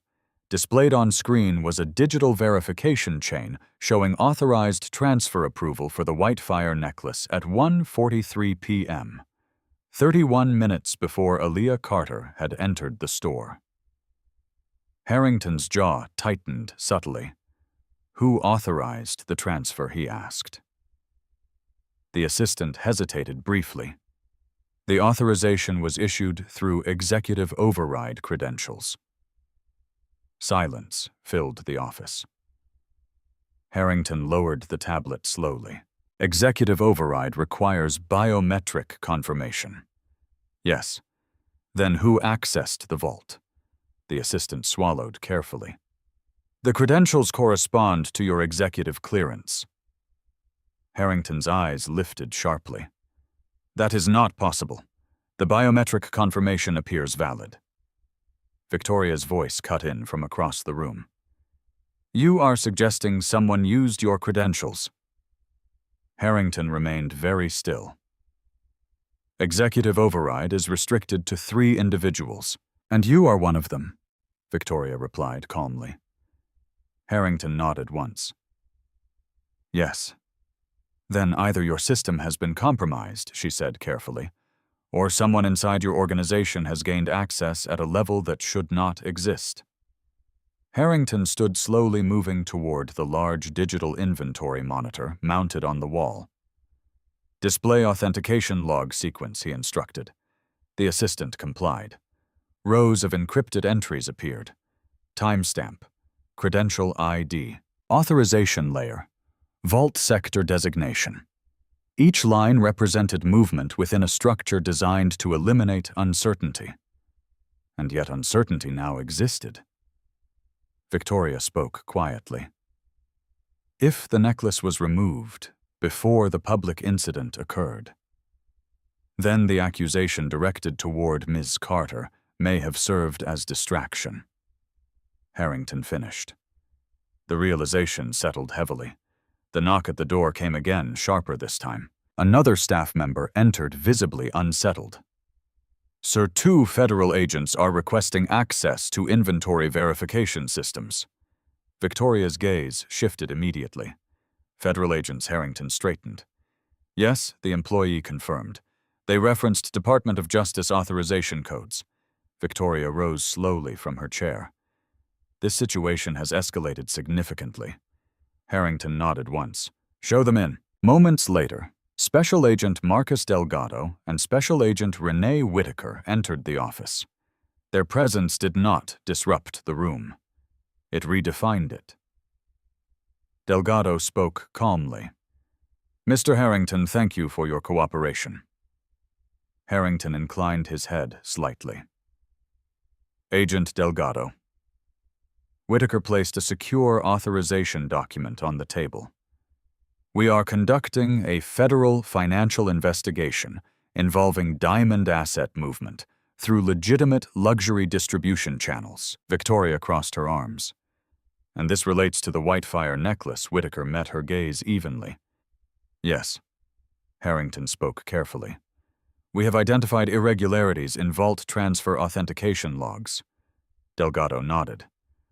That aligns with investigative expectations. Victoria's composure sharpened. You were expecting irregularities, Whitaker answered calmly.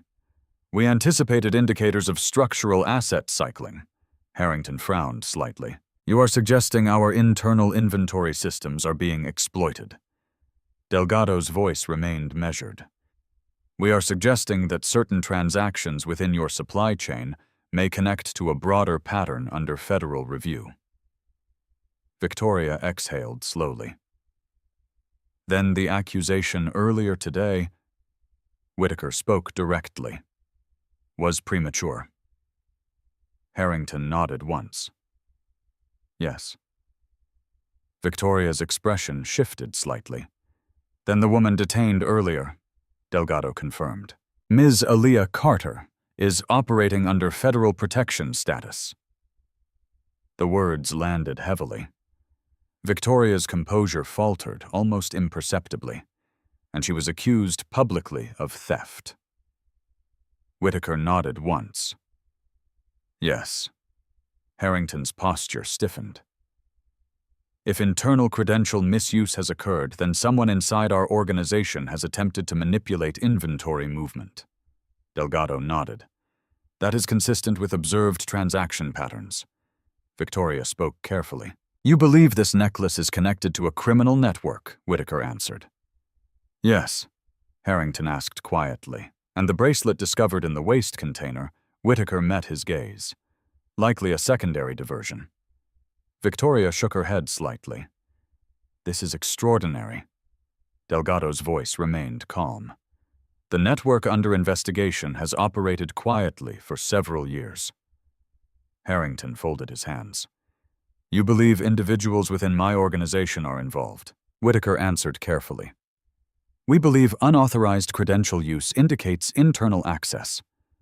Victoria spoke more quietly now, and whoever initiated the transfer likely believed suspicion would fall elsewhere. Delgado nodded once. Yes. Harrington looked toward the inventory display again. If someone has compromised executive credentials, we must immediately identify how. Whitaker stepped closer to the monitor. We will require full system access logs for the previous 90 days. Harrington nodded. You will have them. Victoria spoke slowly. And Ms. Carter Delgado answered. She is no longer under suspicion. Harrington exhaled carefully.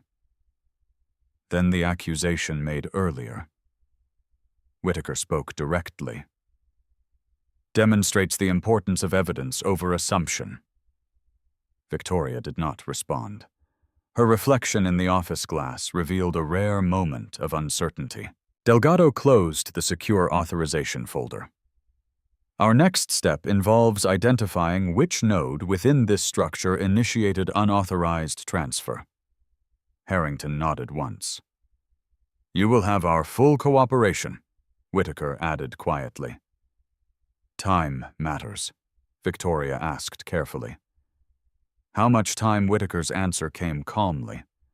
Less than those involved likely believe, because somewhere within the network, someone had already begun attempting to move the remaining assets, and now every movement would leave a trace. By early evening, the tension inside Harrington and Company no longer hid beneath polite smiles or carefully controlled customer interactions. Word had begun to spread internally that federal authorities were now directly involved, and although the store remained open, every employee could feel the shift. Discreet conversations replaced casual greetings. Glances lingered longer. Routine procedures suddenly required verification. Daniel Harrington III stood beside Special Agent Renee Whitaker in the store's restricted access security office, a room few clients even knew existed. The walls were lined with monitors displaying multiple camera angles from every section of the showroom. Private consultation suites, vault corridors, and back-of-house operations. Special Agent Marcus Delgado remained near the entrance, speaking quietly into a secure phone channel while reviewing time-stamped authentication records. The investigation was now moving beyond theory. Now it required confirmation. Whitaker zoomed into footage from earlier that afternoon, isolating the time frame between 1:30 p.m. and 2:30 p.m., the critical window surrounding the vault transfer authorization. "Play camera Vi-12, Whitaker instructed calmly. A technician adjusted the playback feed. The screen displayed a corridor leading to the secure vault chamber, accessible only through biometric authorization panels and encrypted clearance cards. At 1:41 p.m., the corridor remained empty. At 1:42 p.m., a figure appeared. Male, average height, dressed in standard inventory management attire. Face partially visible beneath controlled lighting. Harrington leaned closer. "That is Ethan Cole," he said quietly. "Senior inventory supervisor." Whitaker nodded once. "Continue playback." At 1:43 p.m., Cole placed his hand on the biometric scanner. The system light turned green. Vault access granted. Granting access using executive override credentials required 2 simultaneous confirmations: authorized identity, secondary override verification. Whitaker slowed the footage. Pause. The technician froze the frame. Cole's posture appeared controlled. Confident, not hesitant, not cautious. Someone familiar with procedure. Whitaker turned slightly toward Harrington. "How long has Mr. Cole held supervisory access?" 7 years, Harrington replied. "His record is without incident." Whitaker nodded slowly. "Continue." The footage resumed. Cole entered the vault chamber at 1:44 p.m. The vault door closed behind him. 32 seconds later, internal inventory movement logs recorded transfer authorization for item WF4582, the Whitefire necklace. The timestamp aligned precisely. At 1:46 p.m., Cole exited the vault. But something unexpected occurred. He paused, looked briefly down the corridor, then adjusted something near the inner lining of his jacket. Whitaker raised a hand. "Pause again." The technician froze the frame. Delgado stepped closer to the screen. Zoom. The image enlarged. Cole's hand appeared to press lightly against the interior pocket of his jacket. Harrington's expression darkened. "Inventory removal requires secure transport casing," he said. "Items are not permitted to leave vault chambers unsecured." Whitaker spoke quietly. And yet this item did. The footage resumed. Cole walked calmly down the corridor, badge, visible posture composed. No alarm triggered, no alert generated. Authorized movement, authorized exit. But authorization did not equal legitimacy. Whitaker requested another camera angle. "Display corridor C7. The technician complied.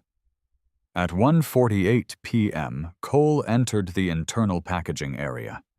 At 1:49 p.m., another employee entered, briefly exchanging a few words. Audio was unavailable, but body language suggested familiarity, trust, routine interaction. Whitaker slowed playback. Cole handed the employee a small velvet container. The employee placed it on a packaging station. But the Whitefire necklace did not reappear on record as returned to secured storage. Instead, the next system entry listed the necklace as prepared for private client review. Harrington's jaw tightened. That request was never formally submitted. Whitaker nodded.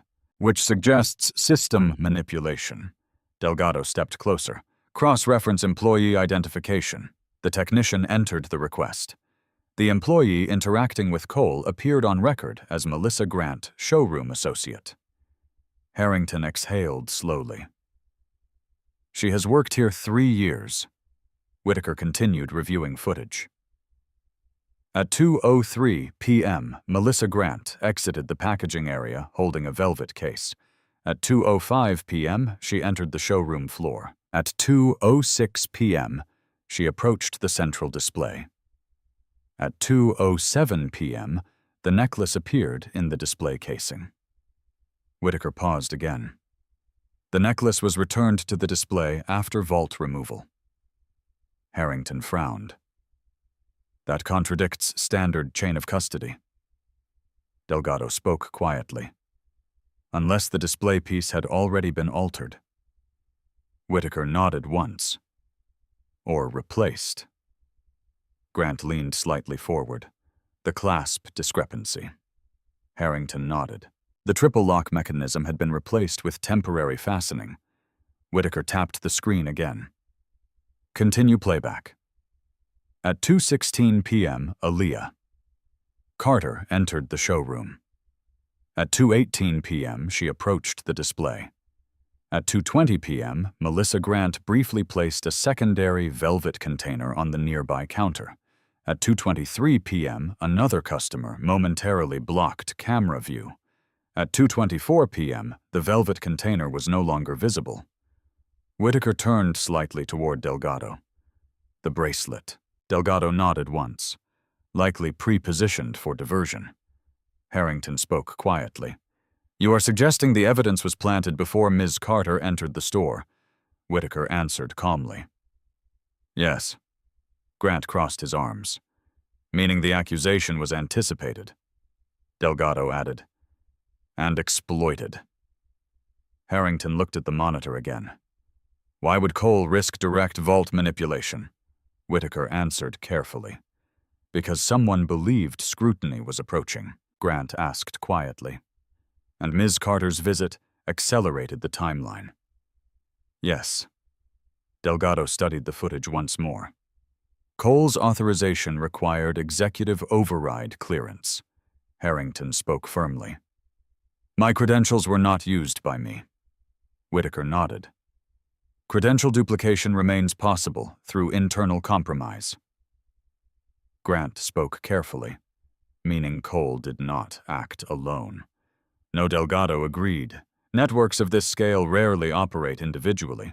Whitaker pulled up another file. Financial audit records show irregular deposits into an account associated with Ethan Cole, totaling approximately $1.2 million across 18 months. Harrington's expression hardened. That is not consistent with his compensation. No, Whitaker agreed. Grant exhaled slowly. Then motive exists. Delgado nodded. And coordination likely extends beyond a single employee. Whitaker closed the file. The next phase involves identifying additional participants within the chain. Harrington looked toward the monitors again. My organization will cooperate fully. Delgado nodded once. Your cooperation will be noted, Grant asked quietly. What happens to Cole? Whitaker answered calmly. We observe. Harrington frowned slightly. You do not intend immediate arrest, Delgado replied. Premature action alerts connected parties. Grant nodded slowly, allowing the network to reveal itself. Yes. Whitaker gathered the digital evidence files. For now, Cole believes suspicion remains focused elsewhere. Harrington looked toward the showroom floor through the security camera feed. Customers continued browsing. Staff continued working. The appearance of normalcy remained intact. But beneath that surface, every movement was now being recorded with purpose. Because Ethan Cole had just made a decision that connected him directly to a network that could no longer remain hidden. And very soon, he would begin to realize the system he believed he controlled was already closing around him. At 6:12 p.m., the atmosphere inside Harrington and Company appeared calm to anyone passing by on Oak Street. The golden reflections of the setting sun stretched across the display windows, illuminating rows of diamonds arranged with mathematical precision. From the outside, nothing suggested that one of the most carefully protected reputations in Chicago's luxury retail district was now under quiet federal scrutiny. Inside, however, everything had changed. Every transaction was being monitored. Every internal communication flagged. Every movement tracked through overlapping layers of observation. Special Agent Renee Whitaker stood beside the store's internal surveillance director in the restricted security room, carefully reviewing real-time activity logs. The system displayed each employee's identification badge movement, time-stamped down to the second. Ethan Cole's badge had just registered access to Corridor C7 again. Whitaker's eyes narrowed slightly. "He's returning to the packaging area," she said calmly. Special Agent Marcus Delgado stepped closer to the monitor. "Pull camera feed." The image appeared immediately. Cole moved with controlled efficiency, his posture steady but subtly tense, in ways visible only when compared to earlier footage. He checked the corridor briefly before entering the packaging room. "He knows something has changed," Delgado said quietly. Whitaker nodded once. "He may not know what." Inside the precinct, Officer Reynolds stood beside Aaliyah Carter, observing the same feed through a secure remote connection provided by the federal team. "This is the moment pressure becomes visible," Reynolds said thoughtfully. Aaliyah remained focused on the screen. "Pressure reveals priorities." On the monitor, Cole opened a secured drawer beneath the packaging counter. His movements appeared deliberate, but not hurried someone attempting to maintain composure despite growing urgency. Whitaker zoomed the camera angle slightly. Cole removed a small sealed envelope, then another, then a narrow velvet case. Delgado spoke quietly. "He is consolidating items." Whitaker nodded. "Likely preparing relocation." Reynolds crossed his arms. He believes suspicion has not yet reached him directly. Aaliyah spoke softly. "People often assume they still have time." Cole checked the corridor again before placing the envelope inside the inner pocket of his jacket. His hand paused briefly, pressing the fabric flat, as though ensuring concealment. Whitaker tapped the keyboard. "Badge movement shows scheduled access to loading corridor in 12 minutes. Delgado exhaled slowly. He intends to exit through staff delivery access. Reynolds glanced toward Aaliyah. "That exit point bypasses customer-facing surveillance." "Yes," Whitaker confirmed. "Designed for vendor discretion." Grant leaned slightly forward. "Meaning minimal public visibility." Delgado nodded. "Which is why he selected it." On screen, Cole removed a small device from his pocket. A flash drive. He inserted it briefly into the packaging terminal. Whitaker's fingers moved quickly across her tablet. "Unauthorized data transfer attempt detected." The screen displayed encrypted file extraction progress. Grant frowned. "He is copying inventory logs." Delgado nodded once, likely attempting to remove digital evidence linking transactions. Whitaker initiated remote access override. "Transfer blocked." Cole's posture shifted almost imperceptibly. He attempted the action again. "Second attempt detected." Whitaker said calmly. "System now flagging anomaly." Reynolds exhaled slowly. He knows the system is watching. Cole removed the drive, quickly placing it back inside his pocket. His composure remained controlled, but subtle tension now appeared in the angle of his shoulders. "He is adjusting his plan," Delgado observed. Whitaker checked the timestamp. Next predicted movement in 3 minutes. Inside the showroom, customers continued browsing, unaware of the unfolding sequence behind closed doors. Victoria Langford remained seated in the private lounge, speaking quietly with Harrington, her tone far more cautious than earlier that afternoon. The shift in power dynamics was already beginning to ripple outward. Earlier assumption had controlled the narrative. Now evidence was reshaping it. Reynolds spoke quietly to Aaliyah. Earlier today, the entire room assumed you were responsible. She nodded slightly. Assumptions move faster than verification, Grant added. And now the individual responsible believes he still has control. Whitaker spoke calmly. He does not realize how much of his activity is already documented. On the screen, Cole exited the packaging room, walking toward the service corridor leading to the delivery exit. His badge registered access.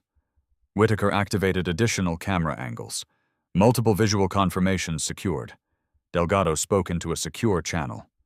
Surveillance Team Alpha, confirm external positioning. A quiet voice responded through the earpiece. Alpha in position. Reynolds raised an eyebrow. You already anticipated this movement.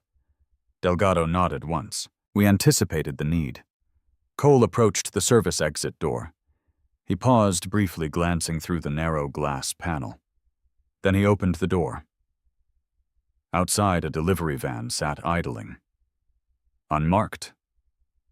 Ordinary. Whitaker zoomed the external camera feed. The vehicle was not registered in scheduled delivery logs. Grant crossed his arms, meaning external coordination. Delgado spoke calmly, expected. Cole stepped outside. The door closed behind him. Whitaker's voice remained steady. External surveillance confirms visual contact. Reynolds watched carefully. What happens now? Delgado's answer came quietly. Now the structure reveals itself, because Cole was not simply attempting escape. He was attempting connection. Network participants rarely operated independently. Movement required coordination. Coordination required communication. Communication created traceable pathways. Whitaker observed the external camera feed. Cole approached the driver's side window of the van. A brief exchange occurred. A small package passed from Cole's hand to the unseen driver. Grant leaned forward slightly. That is not the necklace. No, Whitaker replied. But it may be more valuable. Reynolds frowned. How Aaliyah answered softly. Digital records often expose more than physical assets. Delgado nodded. And once those records connect individuals within the chain, Grant finished the thought. The entire network becomes visible. Whitaker tapped the screen once more. Facial recognition capture complete. The system began cross-referencing identity data. Cole stepped back from the vehicle. The van door closed. The engine started. Grant exhaled slowly. He believes the transfer was successful. Whitaker's expression remained calm, but he does not know the transfer has already been documented. Reynolds folded his arms. And now the individual receiving that package becomes part of the investigation.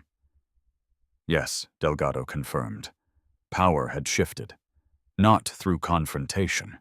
Through patience. Through evidence. Through the quiet unraveling of a system built on secrecy. Earlier that afternoon, Naomi Carter had stood surrounded by suspicion. Now those responsible for creating that suspicion were unknowingly revealing their own involvement step by step. Whitaker closed the live feed display. The next phase begins. Reynolds nodded slowly. And the narrative changes. Because the truth was no longer hidden. It was unfolding in real time. And those who had relied on silence were about to discover that silence no longer protected them. By 7:08 p.m., the operation had moved beyond quiet observation into coordinated action. The delivery van that had received the small package from Ethan Cole was now traveling westbound along Interstate 290, blending into the early evening traffic. To an ordinary observer, the vehicle appeared indistinguishable from dozens of other service vans making routine deliveries across the city. But inside, a federal monitoring vehicle, positioned 3 lanes behind every movement, was being tracked in real time. Special Agent Marcus Delgado watched the live GPS feed, displayed on the dashboard-mounted tablet. The signal transmitted from the micro-tracking patch embedded inside the flash drive casing was stable accurate to within less than 1 meter. Target vehicle maintaining consistent speed, reported Agent Priya Natarajan from the surveillance unit. Distance steady. No erratic movement. Special Agent Renee Whitaker monitored parallel financial system alerts from her laptop, searching for digital activity triggered by the attempted data transfer earlier in the packaging room. Still no external login attempt, she said calmly, which suggests the recipient has not yet accessed the files. Officer Reynolds sat in the rear seat of the surveillance vehicle, absorbing the precision of the operation unfolding around him. "You embedded a tracker inside the drive before it left the store?" he asked. Whitaker nodded once. The moment unauthorized transfer was detected, a mirrored storage device was substituted through remote system interruption. Grant let out a quiet breath. So the files he believed he copied are encrypted placeholders. Whitaker finished. Reynolds nodded slowly. "And the real records remain secure?" "Yes." Delgado adjusted the tablet angle slightly. "Target vehicle exiting onto Damon Avenue." Natarajan's voice followed. "External visual confirmation maintained."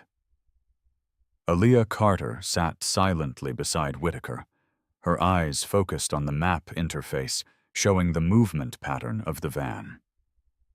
The route appeared deliberate, avoiding major distribution hubs, bypassing commercial delivery zones, moving instead toward older industrial sectors where surveillance presence was historically minimal. "He is not delivering inventory," Aaliyah said quietly. Whitaker glanced toward her. "You believe this is a relay point?" "Yes." Grant leaned slightly forward. "Meaning the driver is not the final recipient?" Delgado nodded once. Network compartmentalization. Vehicles often served as temporary transfer points, ensuring no single individual maintained complete chain of custody awareness. Layers created protection, but layers also created traceable connections. The van slowed as it approached a cluster of older warehouse buildings near the south branch of the Chicago River.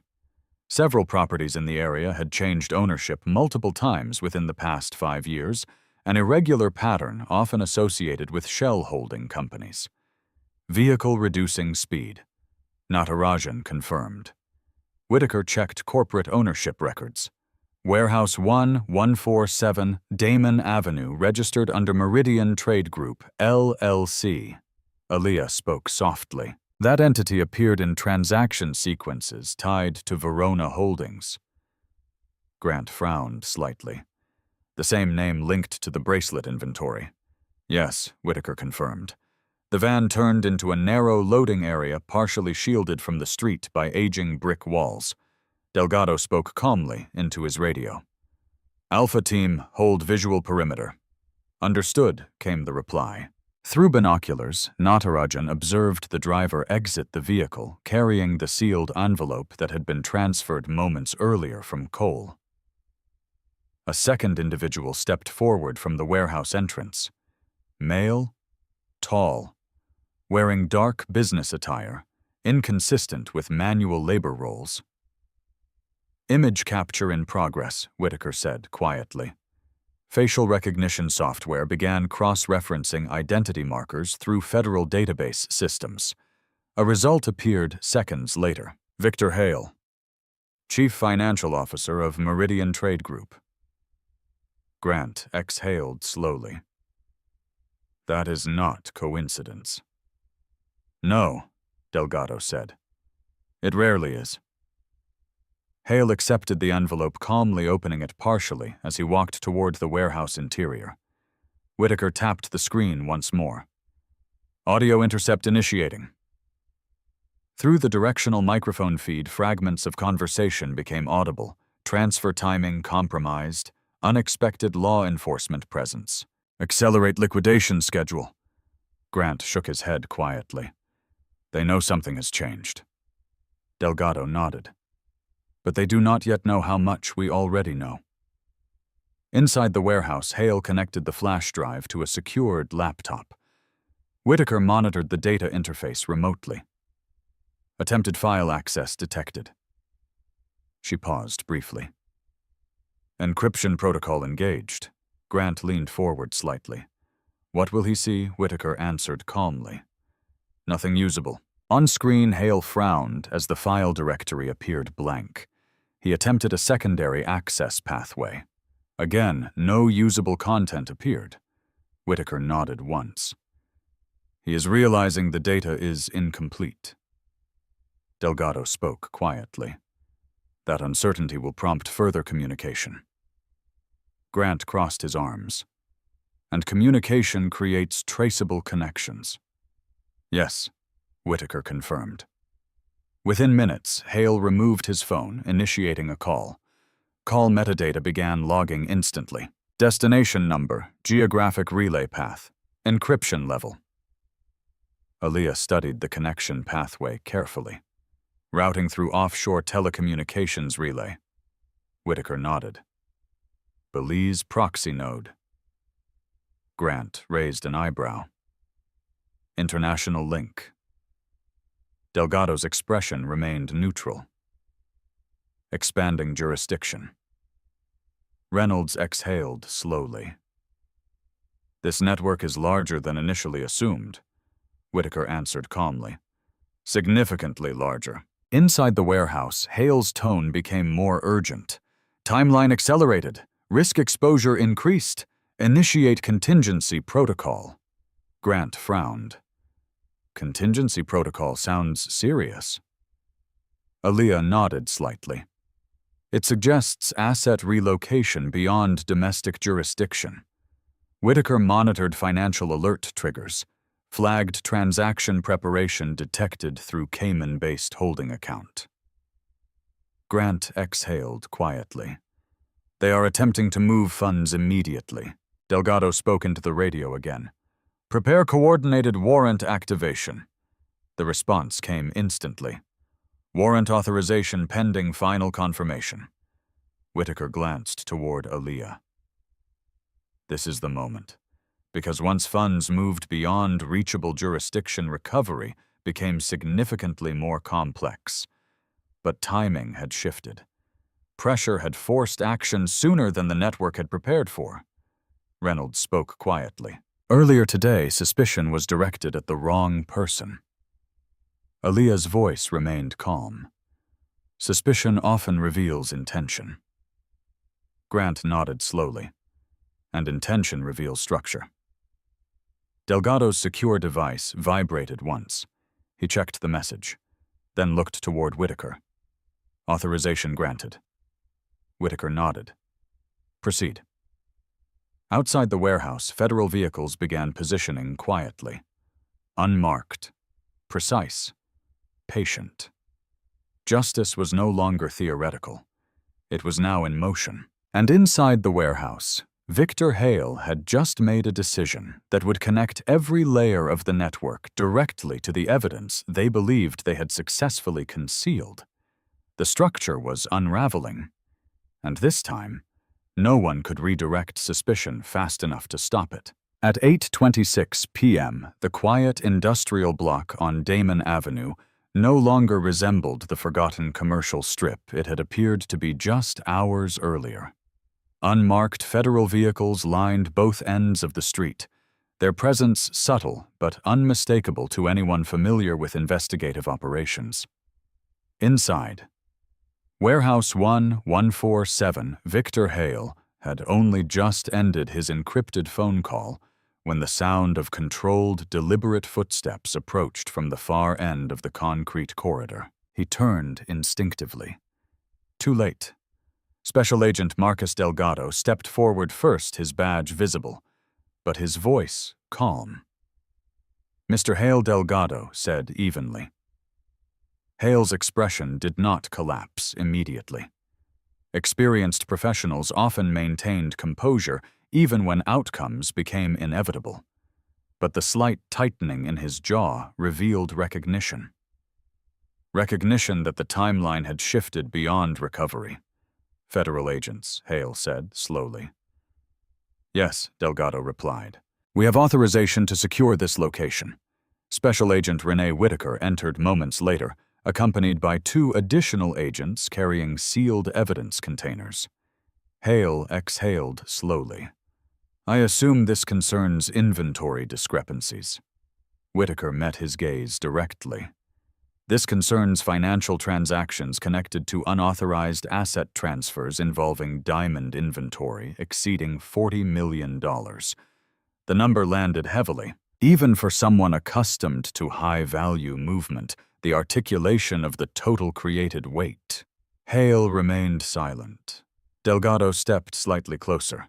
The flash drive you attempted to access contained mirrored encryption placeholders.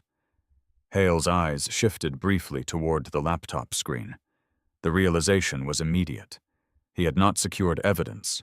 He had revealed intent. Whitaker placed a printed authorization warrant on the table beside him. We are requesting full cooperation regarding all digital and physical assets stored within this facility. Hale gave a faint nod. Resistance would only accelerate legal consequences. And professionals at his level understood exactly when leverage disappeared.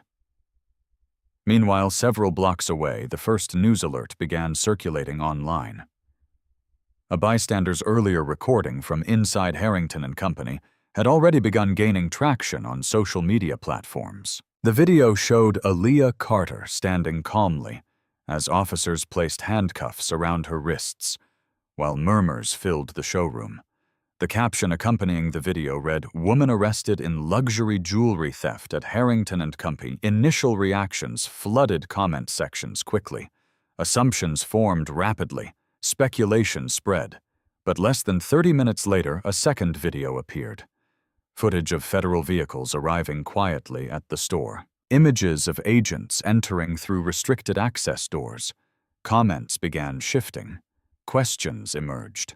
Then a third update appeared through local news channels, federal authorities investigating financial irregularities connected to luxury diamond inventory. The narrative began changing in real time. Inside Harrington and Company. Daniel Harrington III sat in his office, reviewing the developing media coverage displayed across multiple screens. Victoria Langford remained seated across from him, her earlier confidence now replaced by careful silence. This situation will affect market perception, Victoria said quietly. Harrington nodded once. Yes. Victoria folded her hands slowly. You will need to issue a public statement. Yes. Her voice softened slightly. And the woman detained earlier? Harrington paused, then answered carefully. She was not responsible. Victoria exhaled slowly. No. She looked toward the large window overlooking the showroom floor, and yet she was treated as though she were. The statement lingered. Heavy. Unavoidable. Meanwhile, inside the federal monitoring vehicle, Officer Reynolds observed social media updates appearing one after another. Public narrative is shifting quickly, he said. Grant nodded. People are realizing the original accusation may not have reflected reality. Whitaker monitored financial seizure authorization confirmations. Asset freeze protocols initiated. Delgado checked the warrant compliance report. Hale has provided access credentials. Grant exhaled slowly. So, the network is beginning to collapse.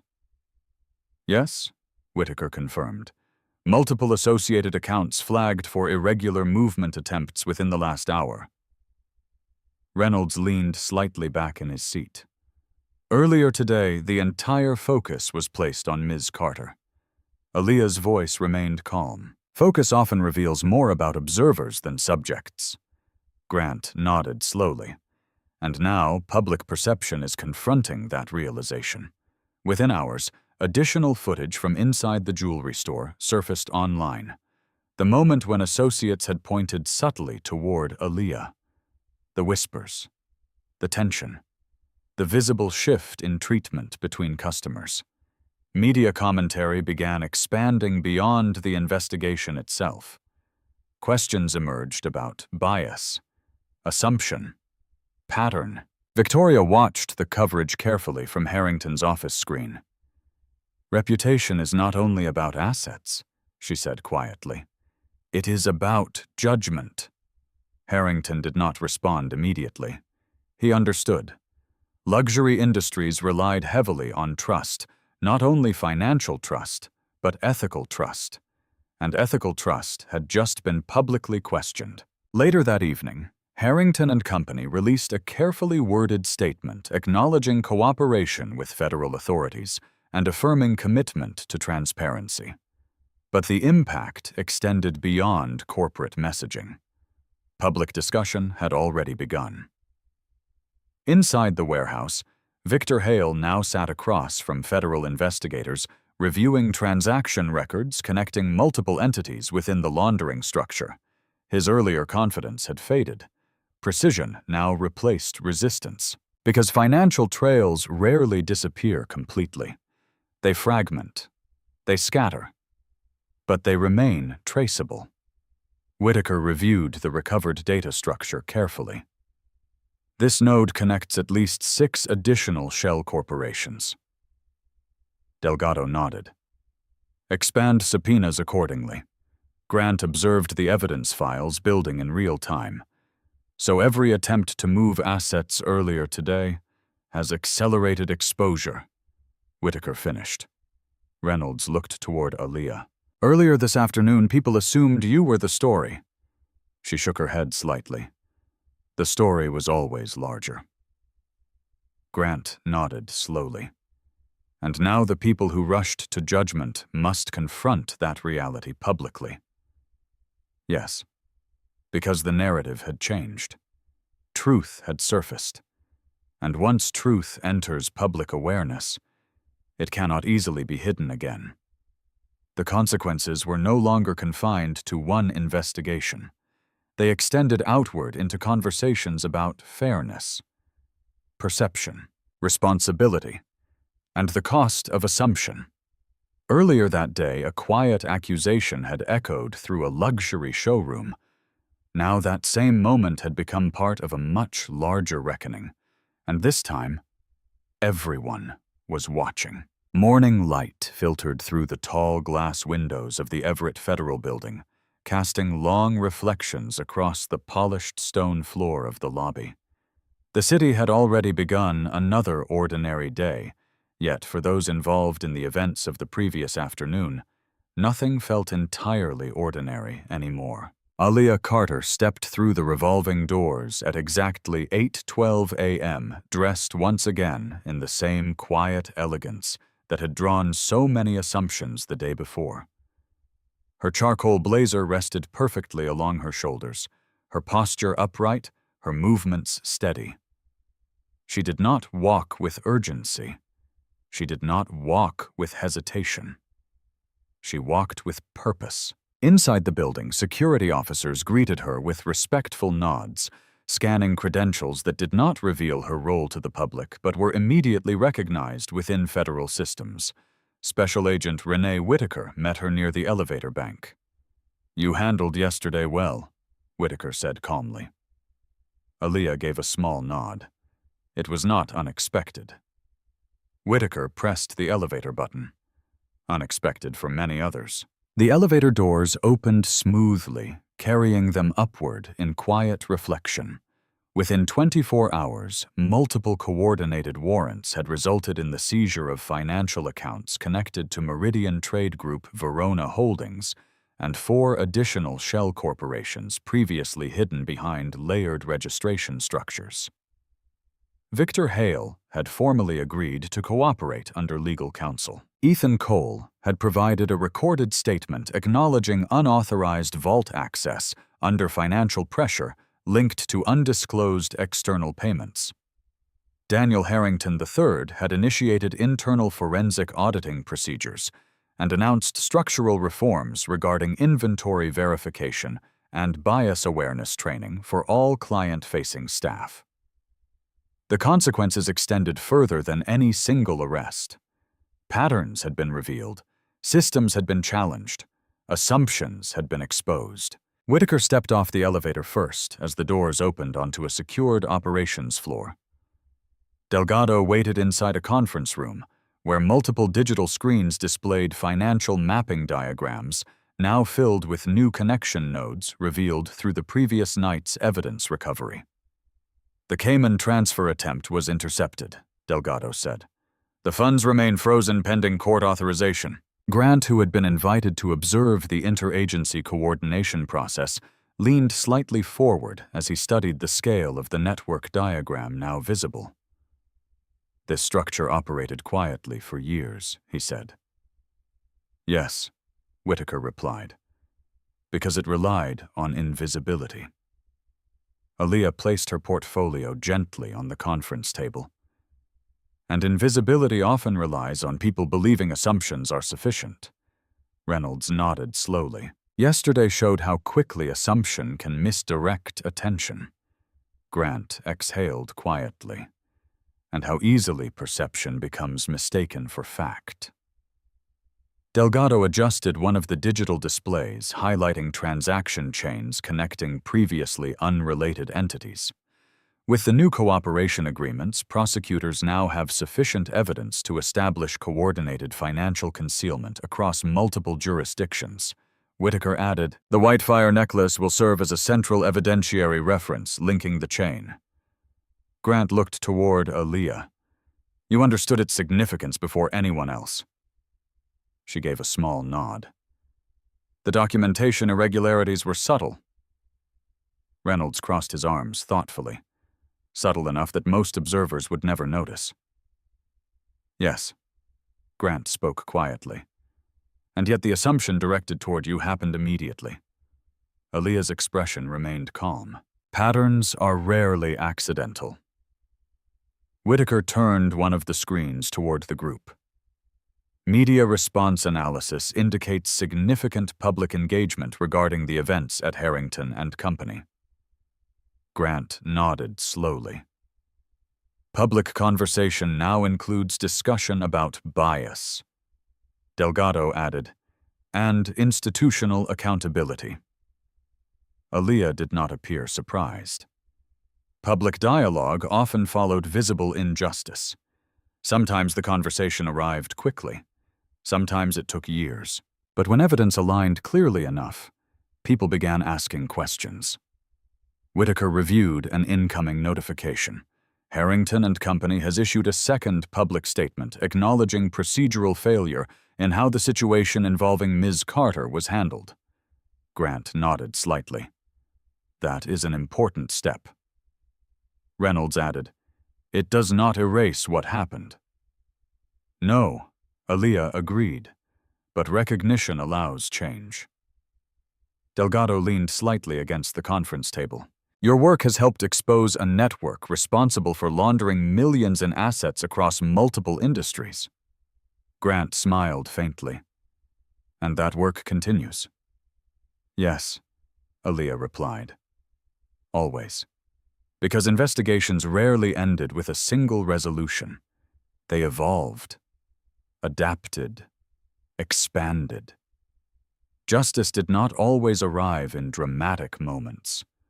Often it emerged gradually built piece by piece through patience and persistence." Later that morning, Aaliyah paused briefly near one of the large windows overlooking the Chicago skyline. Traffic moved steadily below. People crossed intersections.